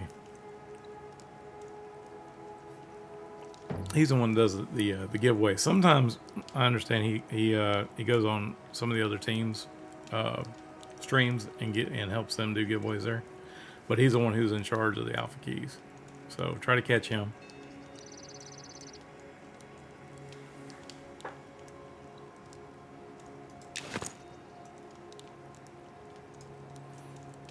Yeah, usually the character artist, ZBrush, Danzu can, stream pretty regularly.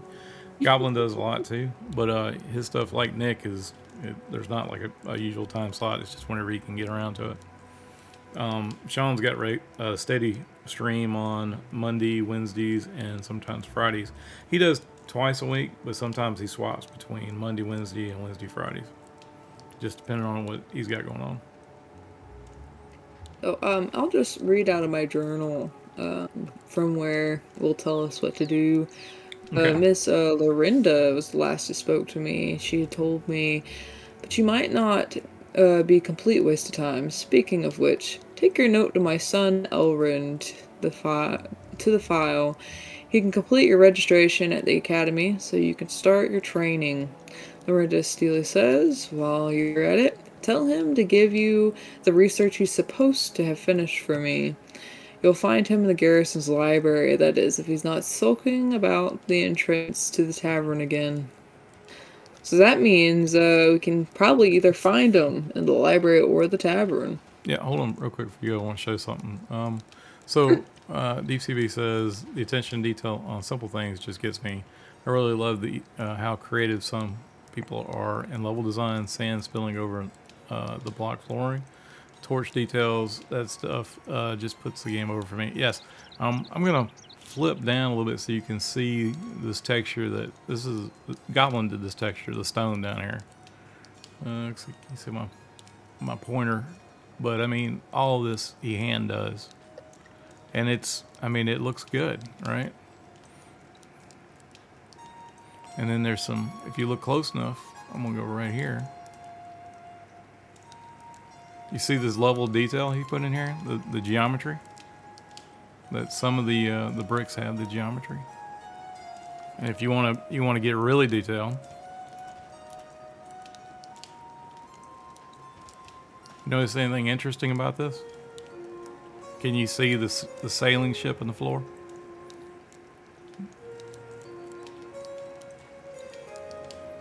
So what I'm trying to tell you is everything tells a story.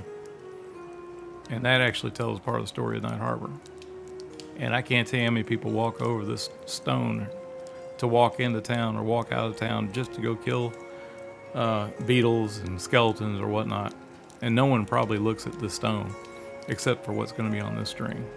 And that's that much detail that's in this game. And I'm not telling you got to look at every stone in the game. I'm just saying to pay attention to what you see around you. You may learn something. Yes, that's what I'm trying to say. Snomison says Nick Hot said they're about out the alpha cap with 200 now, so invites will be slower. That makes sense. I knew originally when we did the alpha, he was talking about it being 100. And at some point he had moved up to 150. So I don't know if the plan would be to keep incrementally going up before you get to beta. But from what I've seen so far, I mean, it could happen, right?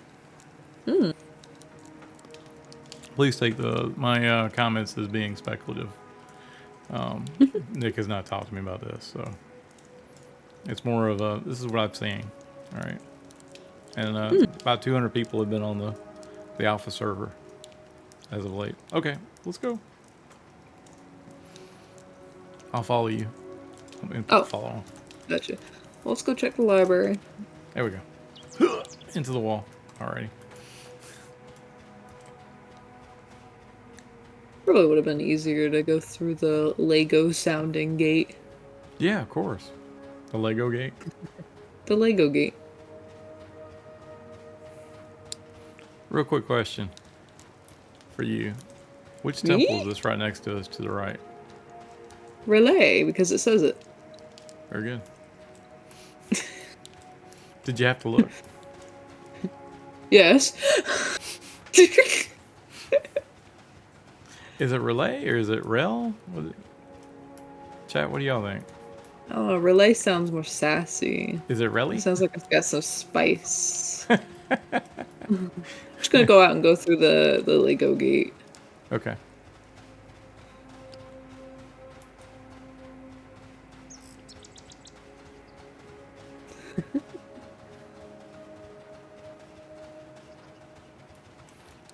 Sadman says double L equals Y sound.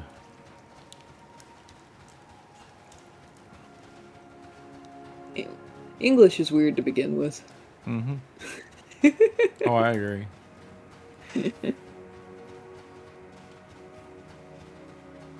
And then you complicate it because, we grew up in the South. And so a single syllable word, you can draw that out into 2 or 3 syllables.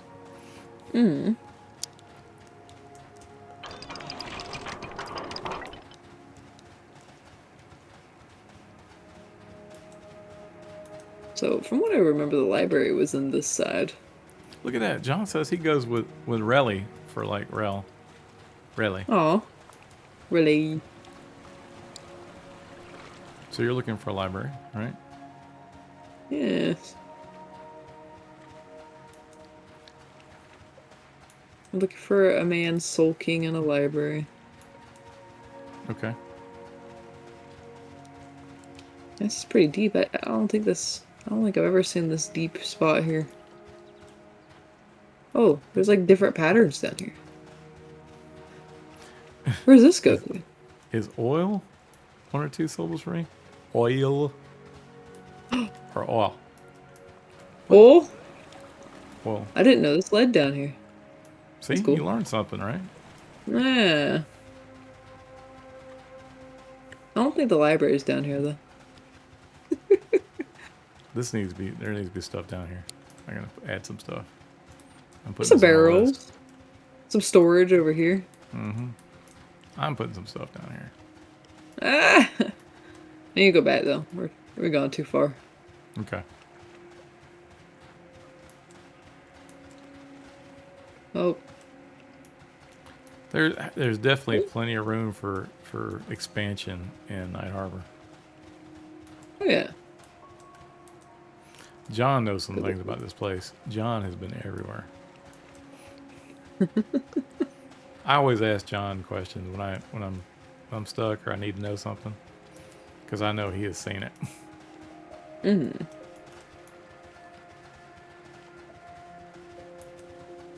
If I'm lost, I ask John.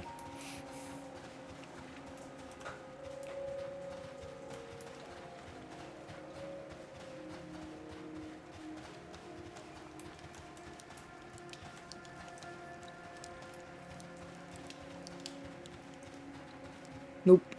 That goes upstairs. Too Tired says, if you're looking for the library, it's easier to go outside. To the Easier courtyard. to go outside. To the courtyard? Mm-hmm.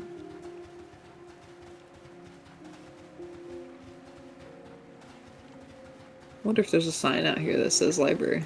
And Does I'm it say just library? dumb. I don't know That about one dumb. says- This one says, This was a Steel Talons Martial Academy. It wouldn't be in there. Unless that Well, I mean- leads to it. unless it's like an academy that, like, an online academy where they teach you stuff, right? You're stretching it. I am. I'm purposely stretching it. But if you do look to the left, there are books. So Hey, look at that. the last time I was here, there was no books. So this is cool. Yes, that has actually been added recently. Yeah, Oh, look at that. There's there's the Elrond. man. Is it He kinda Elrond looks or like, Elrond? Elrond. Mm-hmm. He kind of looks like Lord Farquaad, but if he was tall. Remember from Shrek? Yes. Some of you will die. This is a sacrifice I'm willing to make.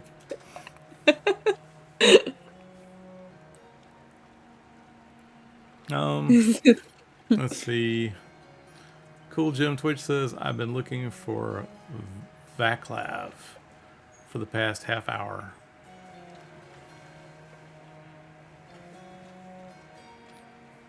Too Tired says, go to Marshall Academy downstairs. Okay, there you go. Are there two libraries in the city? In which city? In Night Harbor? Phelandraw? I think In the one there. we're in now, I'm assuming. I think there are multiple libraries in the city. I can recall one in like the Wizard area. I can recall one somewhere else. She is correct. There are multiple libraries in Night Harbor. It's a big city. I'm gonna be right back. I gotta let my dogs out real quick. Galantis says the He-Man haircut.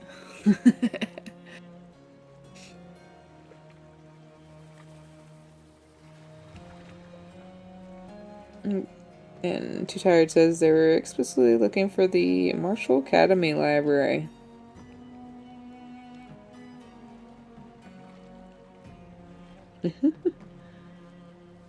One in Wormsbane too, says Tsunami-san.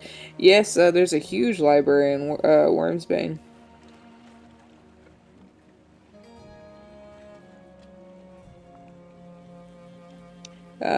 Tired says each casting guild has a library pretty much. Can't be enough information. There's lots of books in Night Harbor. And by extension, the Desert Azure as well.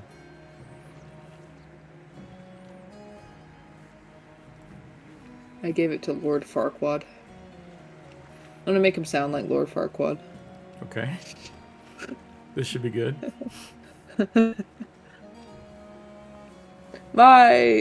You don't look mighty.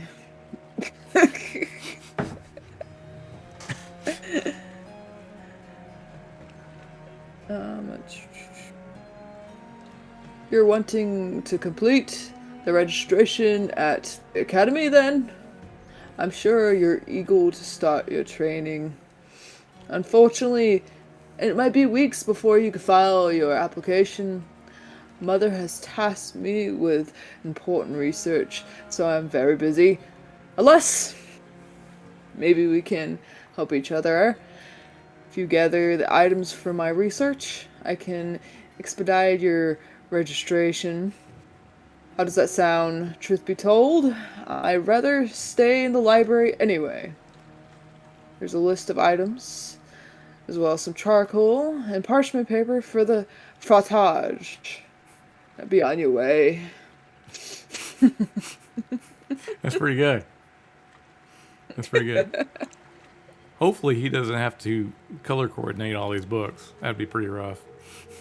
Oh, man. So you have some items with you now, is that right? I do. Let me check and see what items I have. So I have his list. It says collect following items for further research immediately. Ooh. Can't tell me what to do. Not the boss of me. Yeah, I know. All caps immediately. Maybe I don't want to now. Say please. Frottage of the tell salmon standing stone. A snake's fang. A skeleton's jawbone. A fire beetle's eye. Ooh. And of course in my inventory I have a piece of charcoal and a parchment paper. Okay. So we have to go back out to the front gate and kill a couple of things. Is that what we're doing? Yeah, we have to kill a couple things and we have to go play with some chalk and paper. Okay. Oh, gotta go back. With this way? Oh, that way.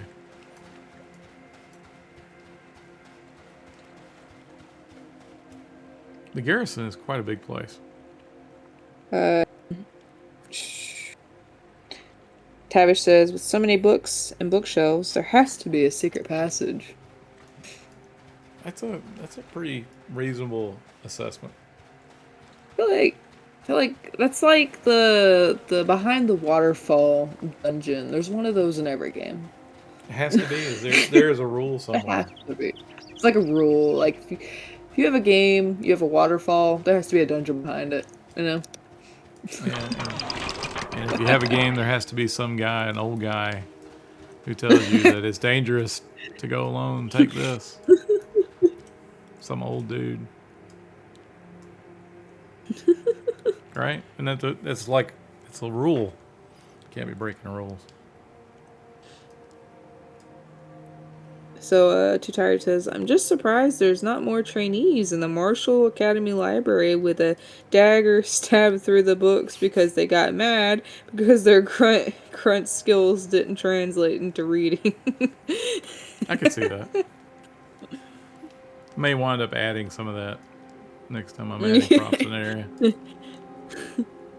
Just you know those videos where the person's like 5 minutes before the test and they have like them rubbing the book on their forehead, you know? have a fighter rubbing the book on his forehead. It checks out. Definitely checks out. All right, so what we have to... do you need a bat? What do you need?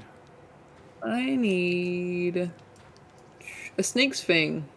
Do you have that in your inventory by chance? I know you've been collecting some stuff. Yeah, I've got an onion. I think you got an onion. An Onions onion. have layers.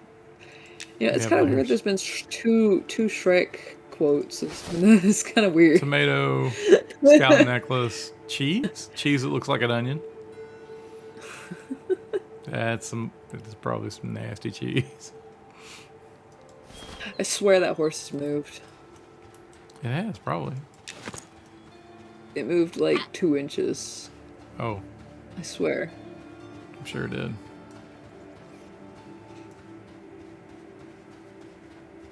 I got some money. I'm gonna do my trick, and I'm gonna go check Shifty to see if he has any items I like. See if he's done any some buying and selling. Yeah. Well, he's got a trident today. Oh wow! Someone Yeah, look gave at him a him. trident.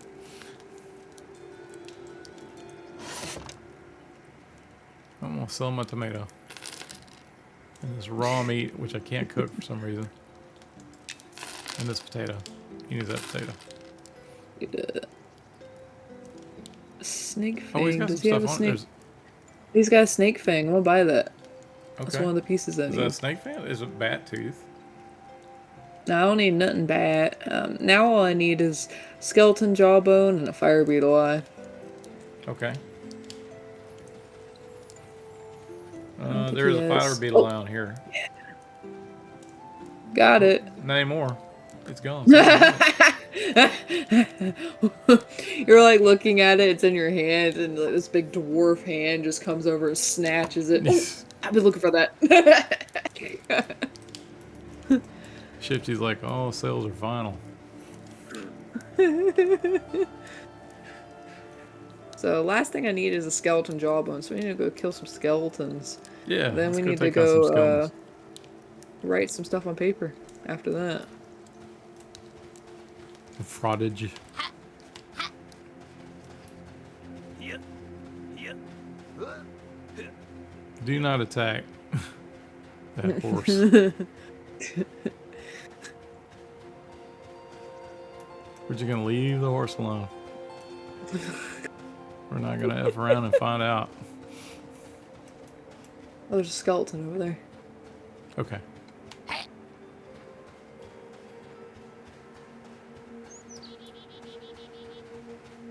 Valinthus says I was playing a dwarf cleric during the open play test. My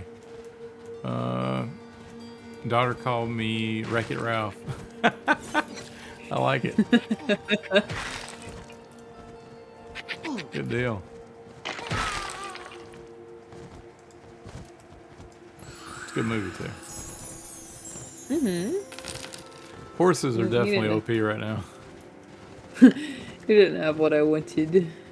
For us, the horses are OP for sure.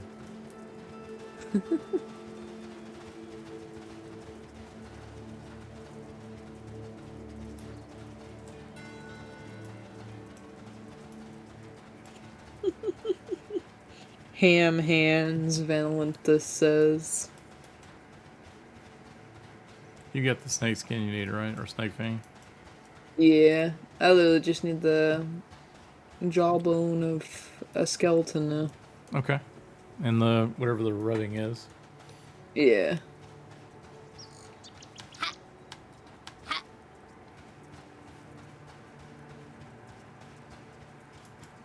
Tavish says it just wants someone to be its friend. Poor lonely horse. I don't trust that horse. I know, it's sus. He's scary. He's just gives me anxiety.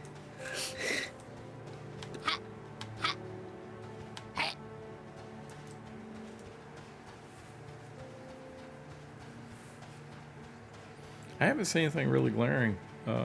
Any issues tonight? Not at all. It's been relatively smooth. I need to check the FPS real quick. Other than the horse.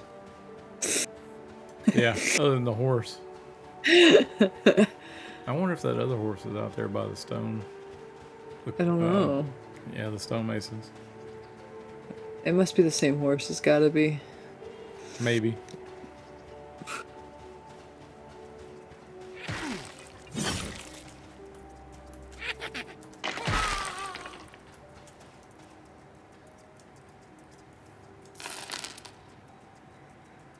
He had a jawbone.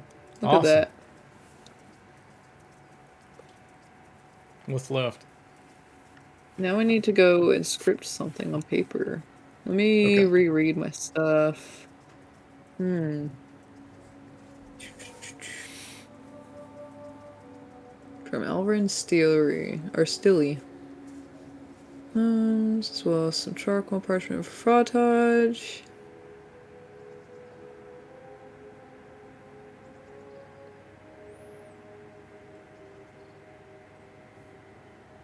I'm just curious, chat. I mean, when the beta comes around, like, are you gonna play the same character that you've been playing in the playtest?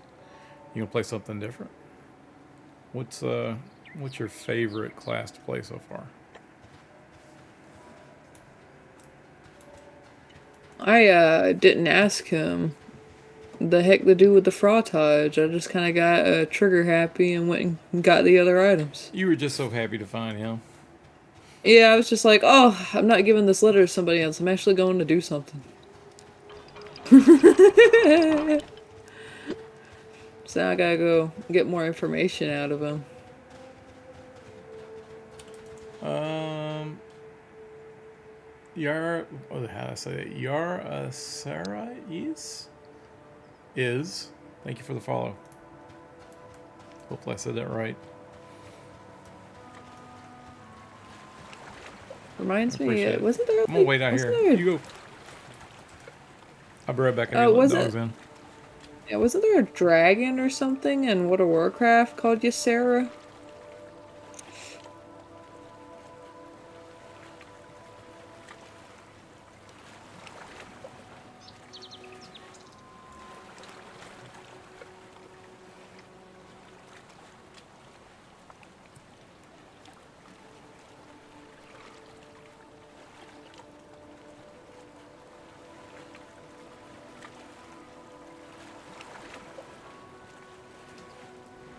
I just let the dogs back in. It is getting cold out there.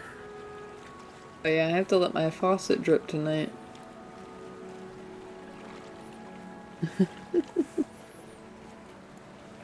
So I'm gonna come up to Eldrin.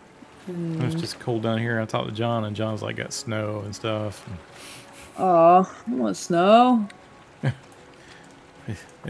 It'll be here before you know it, I'm sure. I won't get any snow where I'm at, but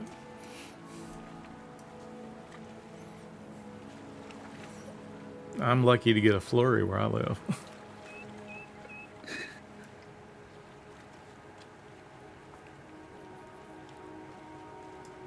Dude, this Zan guy, says like...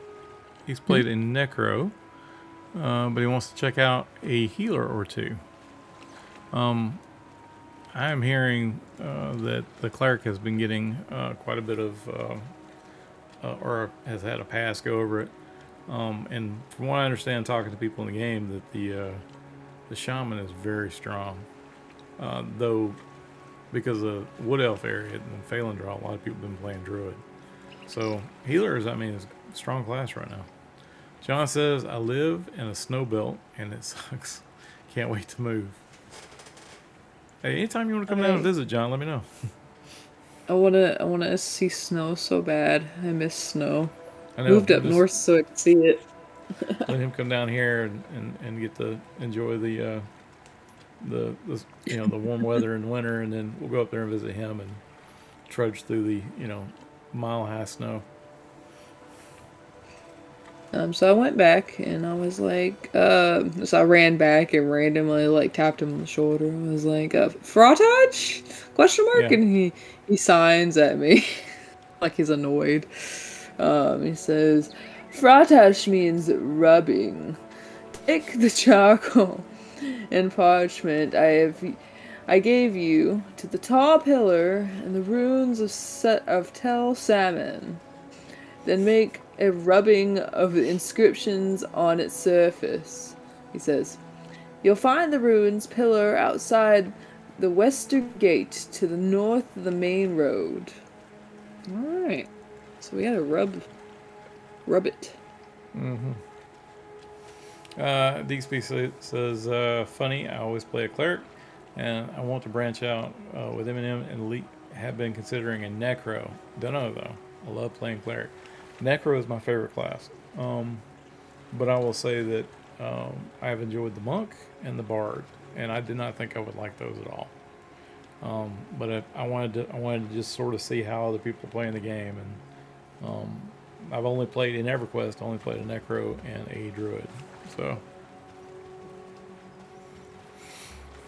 John says, I mean, my house specifically, we had a foot of snow, and at the end of the nothing.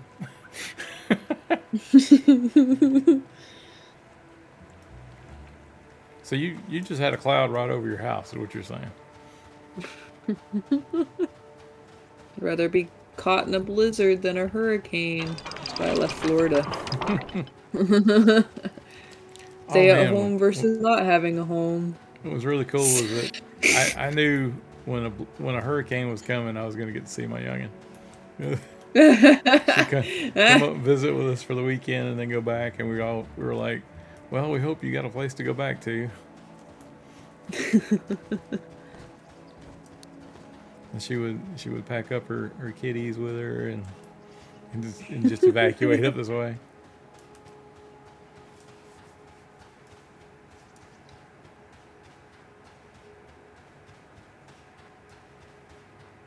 And you know, hurricanes weren't fun, regardless, even if it wasn't gonna hit you, because the entirety of Florida freaked out. And for me, I work in grocery, so we got affected every time they speak of a hurricane. Even if you were on the top of Florida and the hurricane was gonna hit Miami, everything, like, a lot of stuff sold out. You know, we'll freak out. Yeah.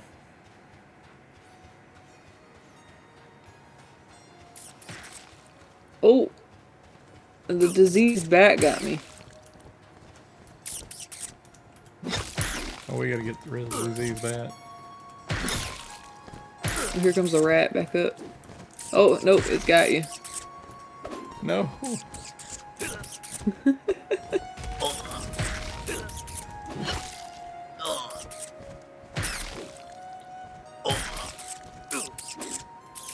Okay. I'll heal myself real quick. There you go, I can handle the...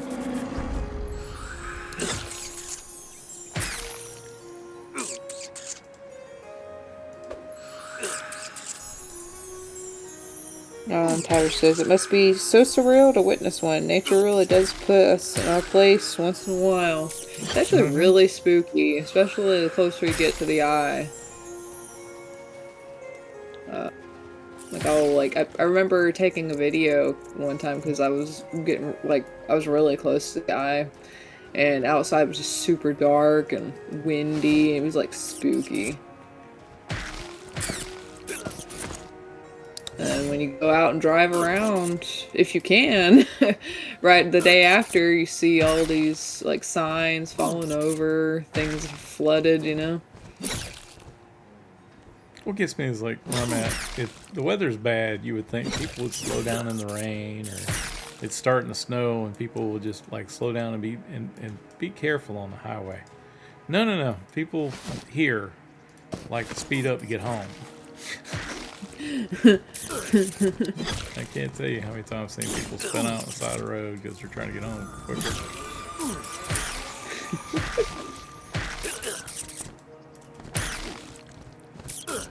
Oh, I got you. Taylor says, well, about to die, better video young ones these days. Yep, might as well. I mean, if you're gonna die.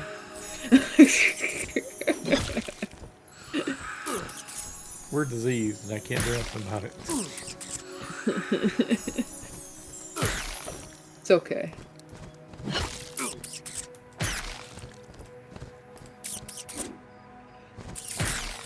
All right. There we go. I'm gonna clean up a little bit. You're good. So I'm looking, and it's a pillar we're looking for, and that pillar over there looks mighty, Pillory? like, Yeah, it looks just so pillory. I don't know if this is supposed to be like that. It kind of looks like the texture's a little different on this side of the pillar. Yeah. Looks like we got some like sand texture on this side of the pillar and And we versus got rock. bricks underneath it. That's kind of interesting. Yeah, so I don't know if that's supposed to be like that. Cool Jim says, sounds like you live in the Midwest. I live in the South, and she lives in the mountains. Um, let's see. John says, eye of the hurricane is really weird. All of a sudden, the wind dies down, blue skies, and then comes back as a hurricane. I am fortunate in where I'm living at because I found out it's unique geologically that most hurricanes do not hit here. It's very tornado resistant and no earthquakes in my area. And the only reason I know that is because when I was working in the financial sector, that they created a data center just because of that to run all the transactions in the United States through that little spot. It was really neat.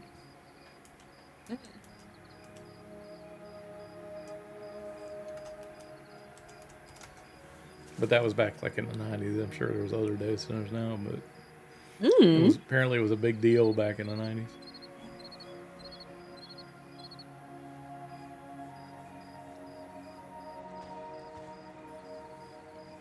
Deep CB says, it seems exciting. I want to treat Eminem as a new game, new class type deal. Maybe try Necro or Druid or something I've never considered like Rogue or Bard. I've heard, like, I watched Slayheim do his streams. He plays a Rogue, and I'm kind of interested in trying it myself. Bard was a lot of fun. Let's say Quados has been playing his. I think he's like got over 40th level at this point.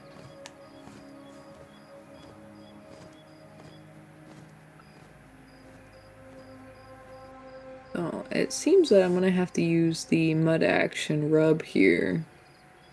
So I'm gonna click rub. So Okay. say rub and a thing. Okay. So what if I let me make sure I'm gonna pull up my journal because I want to spell things right. It just says the tall pillar in the ruins. So if I go rub tall pillar, see what happens. Probably just one word, unless you hyphenate it. I would say that most of the mud actions require you got the mud action and then the parameter after it or phrase after it. Yeah, In it this didn't case, like. it could be ground or pillar or stone or whatever. Yeah, it didn't like two words for sure because it said unknown command tall. So probably gonna Valenthus just do one. says try rub parchment, and Deep CB said Nicodemus are tall North Georgia. Are y'all North Georgia probably? Used to take my kids camping in the Delongata area. They love the gold mine stuff out there. I am in Georgia myself. She is not. I will say that that I been through a lot of the North Georgia mountains. I haven't never done any gold mining. That sounds kind of fun though. I know there's a bunch of amethyst mines in North Georgia, and that would be kind of neat to go like I do a day trip. They have little spots where people like the public can go by and find pieces of amethyst and take it home. I'm trying to remember the name of that town it's at, but it's something I've always kind of wanted to do. I got a ton of stuff I'd love to get out and do, but I'd rather make Eminem more, I guess. Did you try the rub parchment? Oh yeah, so I tried rub parchment, I tried rub pillar, and I also tried rub charcoal. So I'm wondering if it might work like there's some other mud action that works if you have something in your hand. Okay, I'm looking at the I'm wondering commands if like now. maybe I hold the charcoal and then I type rub parchment. I got inspect, take, open, insert, pry, throw, rub, pour, and push, pull, place, break, smell, and taste. Nope, I I'm didn't like thinking that. because it's a big pillar, It's either, maybe you need to rub on this side of the pillar or that side of the pillar. Or Well, he maybe we're did at the say wrong where there pillar. were words.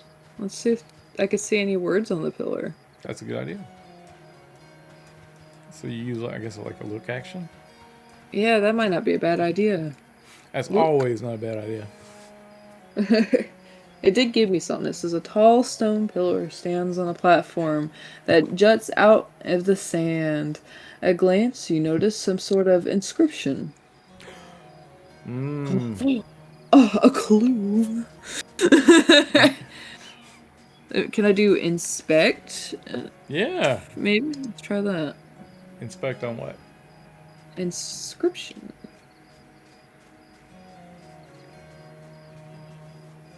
Umpire Oh, said it I appears to ran. be Yeah. written Go in ahead. some unknown language. Oh, sorry.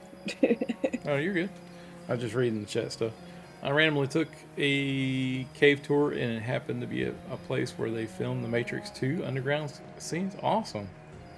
Ooh. That's kind of cool. I didn't know that. But I know that there's like a huge film industry stuff near Atlanta. So I wouldn't be surprised. I know that some of the Marvel films have been done in Georgia. Look, that says run inscription. Run. Probably rub inscription. So it did give me, it appears to be written in some unknown language after that. Okay. Let's see, what are my other things I can do? Did you try the rub Make sure. inscription? I could, yeah, I could do that. Yeah, that's what Valentis is saying in chat. Yeah. Rub the inscription.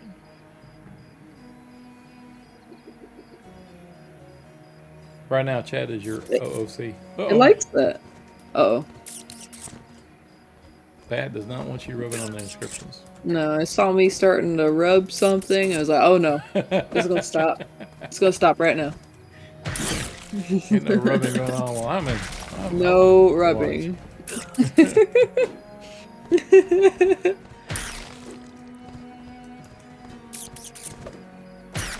I have been diseased once again.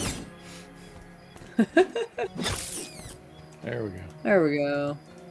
So I did rub inscription. Yeah. It says you make a rubbing of the inscription with a charcoal and piece of parchment. I'm gonna go look at my inventory. Look, no, there's writing on here. John says, diseased bat says, get out of here, you ever pervert. No rubbing going on over here. Says frottage of the inscriptions. I can't open it and read it though. I would like to see what my handwriting looks like. I'm curious. But that's what you needed, right? That was the last careful. pieces. Oh, Yeah, it was the last piece. all right, let's run on the edge here. No. Oh no! Run! Let's go. Run! Yeah, run. No! Keep going. Follow me.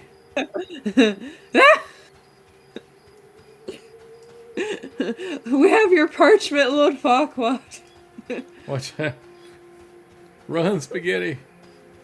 Run. You should have named your character like Moms. So together it would have been Mom's Spaghetti. I just took a random name. I didn't think about it. But you're right. In hindsight, it would have been great. We should, next time we have to coordinate. 30 Coordinate seconds. next time, got you. No. Got No. 30 seconds. Make sure you don't have your auto attack on. I don't.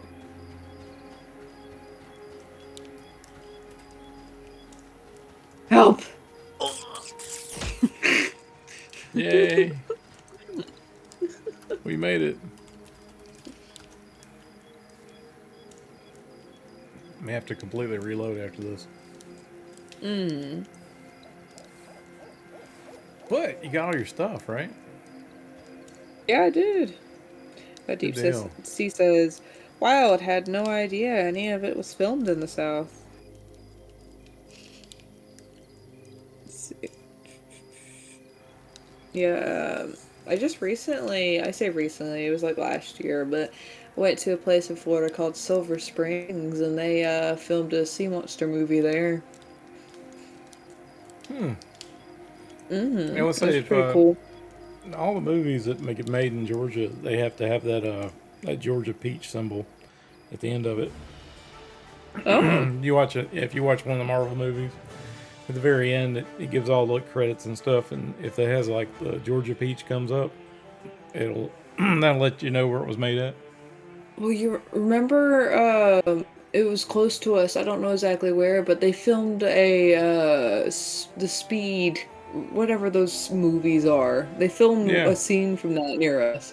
Need for Speed across the Yeah, they, bridge over there. Yeah, I remember that. yeah. There's been quite a few like movies, but not necessarily where I'm at, but like near Atlanta Mm-hmm. or every episode of Walking Dead. That's right, they filmed that show there too. Let's Yeah. I'm gonna restart this real quick. Uh-oh. I Oh, here we go. restarted and the development server isn't there. Yeah, restart it. Oh, I did again. Alright. It decided to make its appearance. Yeah, sometimes it'll take a second to reload. The zone is not up. The It's not zone is up. not up. No. The zone is not up. Yes. I am updating my client now, so you may need to do that. Valentis says knees weak, palms sweaty. Oh, those are some good names for like 4 other players to add to the party. All right, John. You have a good night. Thanks for joining us for a little bit here, and appreciate you Mm-hmm. doing the testing for me earlier. I'll look at the results here in a bit. Actually, probably tomorrow morning. I have to go to bed here in a little bit myself. Impact says I'm not in the South. This is California, so Matrix 2 films and filmed California. Hmm. Mm. They had to do a lot of stuff over there with Hollywood and everything. Yeah. I love The Matrix as a movie, though. It's a brilliant piece of work. It's timeless, almost. Oh, thank you, John.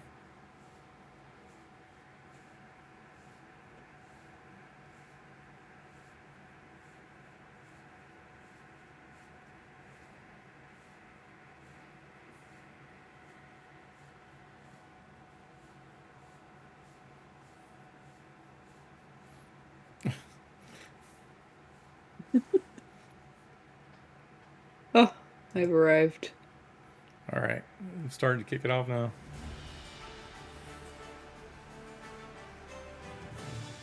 There it is. Development server.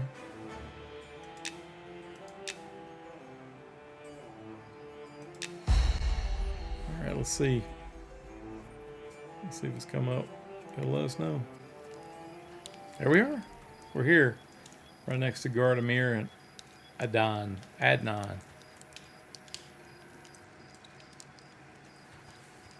There you are. I gotta invite you real quick.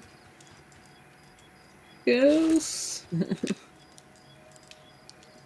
Invite Wait her. a second. Did the guard names change? I feel like No, they're. Amir hasn't been here the whole time. Well, I mean, he's been here since 2020. Oh, okay. He's never Maybe I'm changed. thinking about a different gate.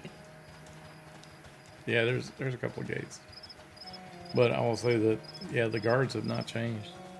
They are still named the same. Hmm.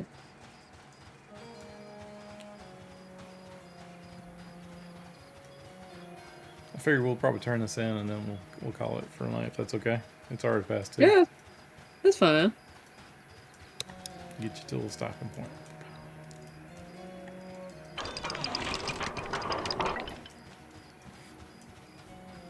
Valenta says Dark City and 13th Floor were released right about the same time as The Matrix. Same premise in all 3 movies. The reality you see isn't real. Yeah. Yeah, but I'm a big Keanu Reeves fan. And Deep Sea said about the John Mnemonic. Yeah, Keanu Reeves was in that movie too. I love that movie. That was back in the like late '80s. I think it was like '89 or '88. And I absolutely loved. I don't know if you've had a chance to play the game Cyberpunk 2077, but I absolutely loved all the like the uh, cutscenes that had Keanu Reeves in it. He was perfect for Johnny Silverhand, just as I remembered it back in the day. I would say that what gets me is that if you played Cyberpunk 2020 back in the 80s, a lot of the backstory for Johnny, all that was originally written back in the 80s for 2020 or for Cyberpunk 2020. And what was cool to me is because I played it back then, I felt like, oh, I was when I got into the game, I felt like I'd been there before, which was really cool. The whip in Johnny Mnemonic reminds me of the monofilament whip. Yep, and Shadowrun. Yeah, I remember that. Yeah, there was. I mean, there was a lot of. Shadowrun was a great game too. Honestly, originally done by FASA, FASA. And I think at one point they that originally demoed it at. I remember being demoed at Dragon Con in Atlanta. And when they were demoing how Shadowrun worked, they had a couple tables set up together, and had like a Warhammer 40K version of like Night City or whatever the city was for Shadowrun, with big skyscrapers and stuff. And they had like you could take the skyscrapers apart. Say you were on the 15th floor, hacking whatever building or whatever. They would take the skyscraper apart. And they'd show the map inside. It was really good. I mean, it really sold that game and what it was supposed to be like. Shadowrun actually has a game on Steam too, in Good Old Games. They redid sort of like an isometric game, kind of like the old like Baldur's Gate, except it's just Shadowrun. It's very good. I liked it. But I played the first one. I haven't played the other two, but I'm sure that they're very similar. All right, tell me about this quest. Oh, so I hand him all his items and his paper. He says, "Welcome to the Steel Talons. I'll file your papers with the others under status currently alive." He says, "Come back sometime. Maybe I'll find a way to help each other again, unless your status changes, of course." Ooh.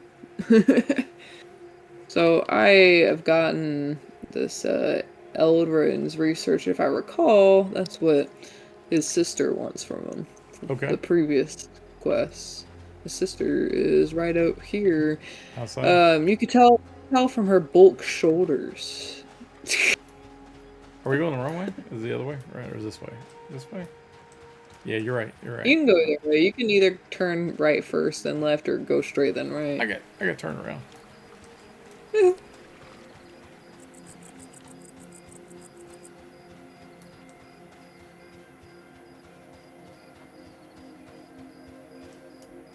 It's okay to get turned around and get lost in the game. Hand that in. Yeah. Ooh. Why did my breath icon come up? I held my breath for a second. I don't know why.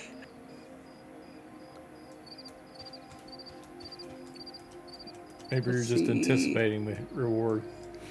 Or maybe I'm just scared of this woman. This woman's been mean to me. I mean, she is training people out here, right? So, Lorinda says, "What took you so long? Did Edrin find a way to get out of his work again? That boy. Well, never mind that. Just don't keep me waiting again." She says, "Take this tunic. It will identify you as one of the trainees. We train in the garrison, but true experience comes from the field. That's where the Steel Talons excel, and that's why our most promising members are sought after by the City Watch and the Red Mantles." Good deal. Yeah. Look at that. Hazelnut Games, thanks for the follow. I appreciate that. I wish there was a lift beard option so I could see the front. Cute. Yeah, we're about to crash here too. I think we're gonna call it here for a night. Usually, Mm. I usually get to bed about two in the morning. My routine is sleep between 2 and 6, and then get up and start the next day. And my daughter, she's got a odd shift too. Valentis, Mm. you take care. Thank you for joining the stream tonight. Deep CB, I appreciate you being here, and thanks for the gift subs and stuff. We're gonna try to maybe do this again Friday. If there is another stream of opportunity between here and there, we'll do that.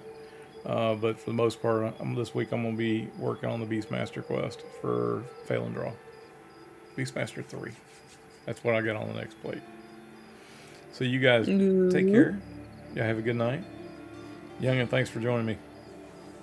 Of course. Yes, and I can't wait to show them the subscription animation when you get that done. Oh, I'll take a Maybe- second. It's gonna be a little more challenging It's- than the follow one. Take as much time as you need. I'll get that avatar hooked up for you, and we'll be Cool. done. All right, y'all take care. Night. E-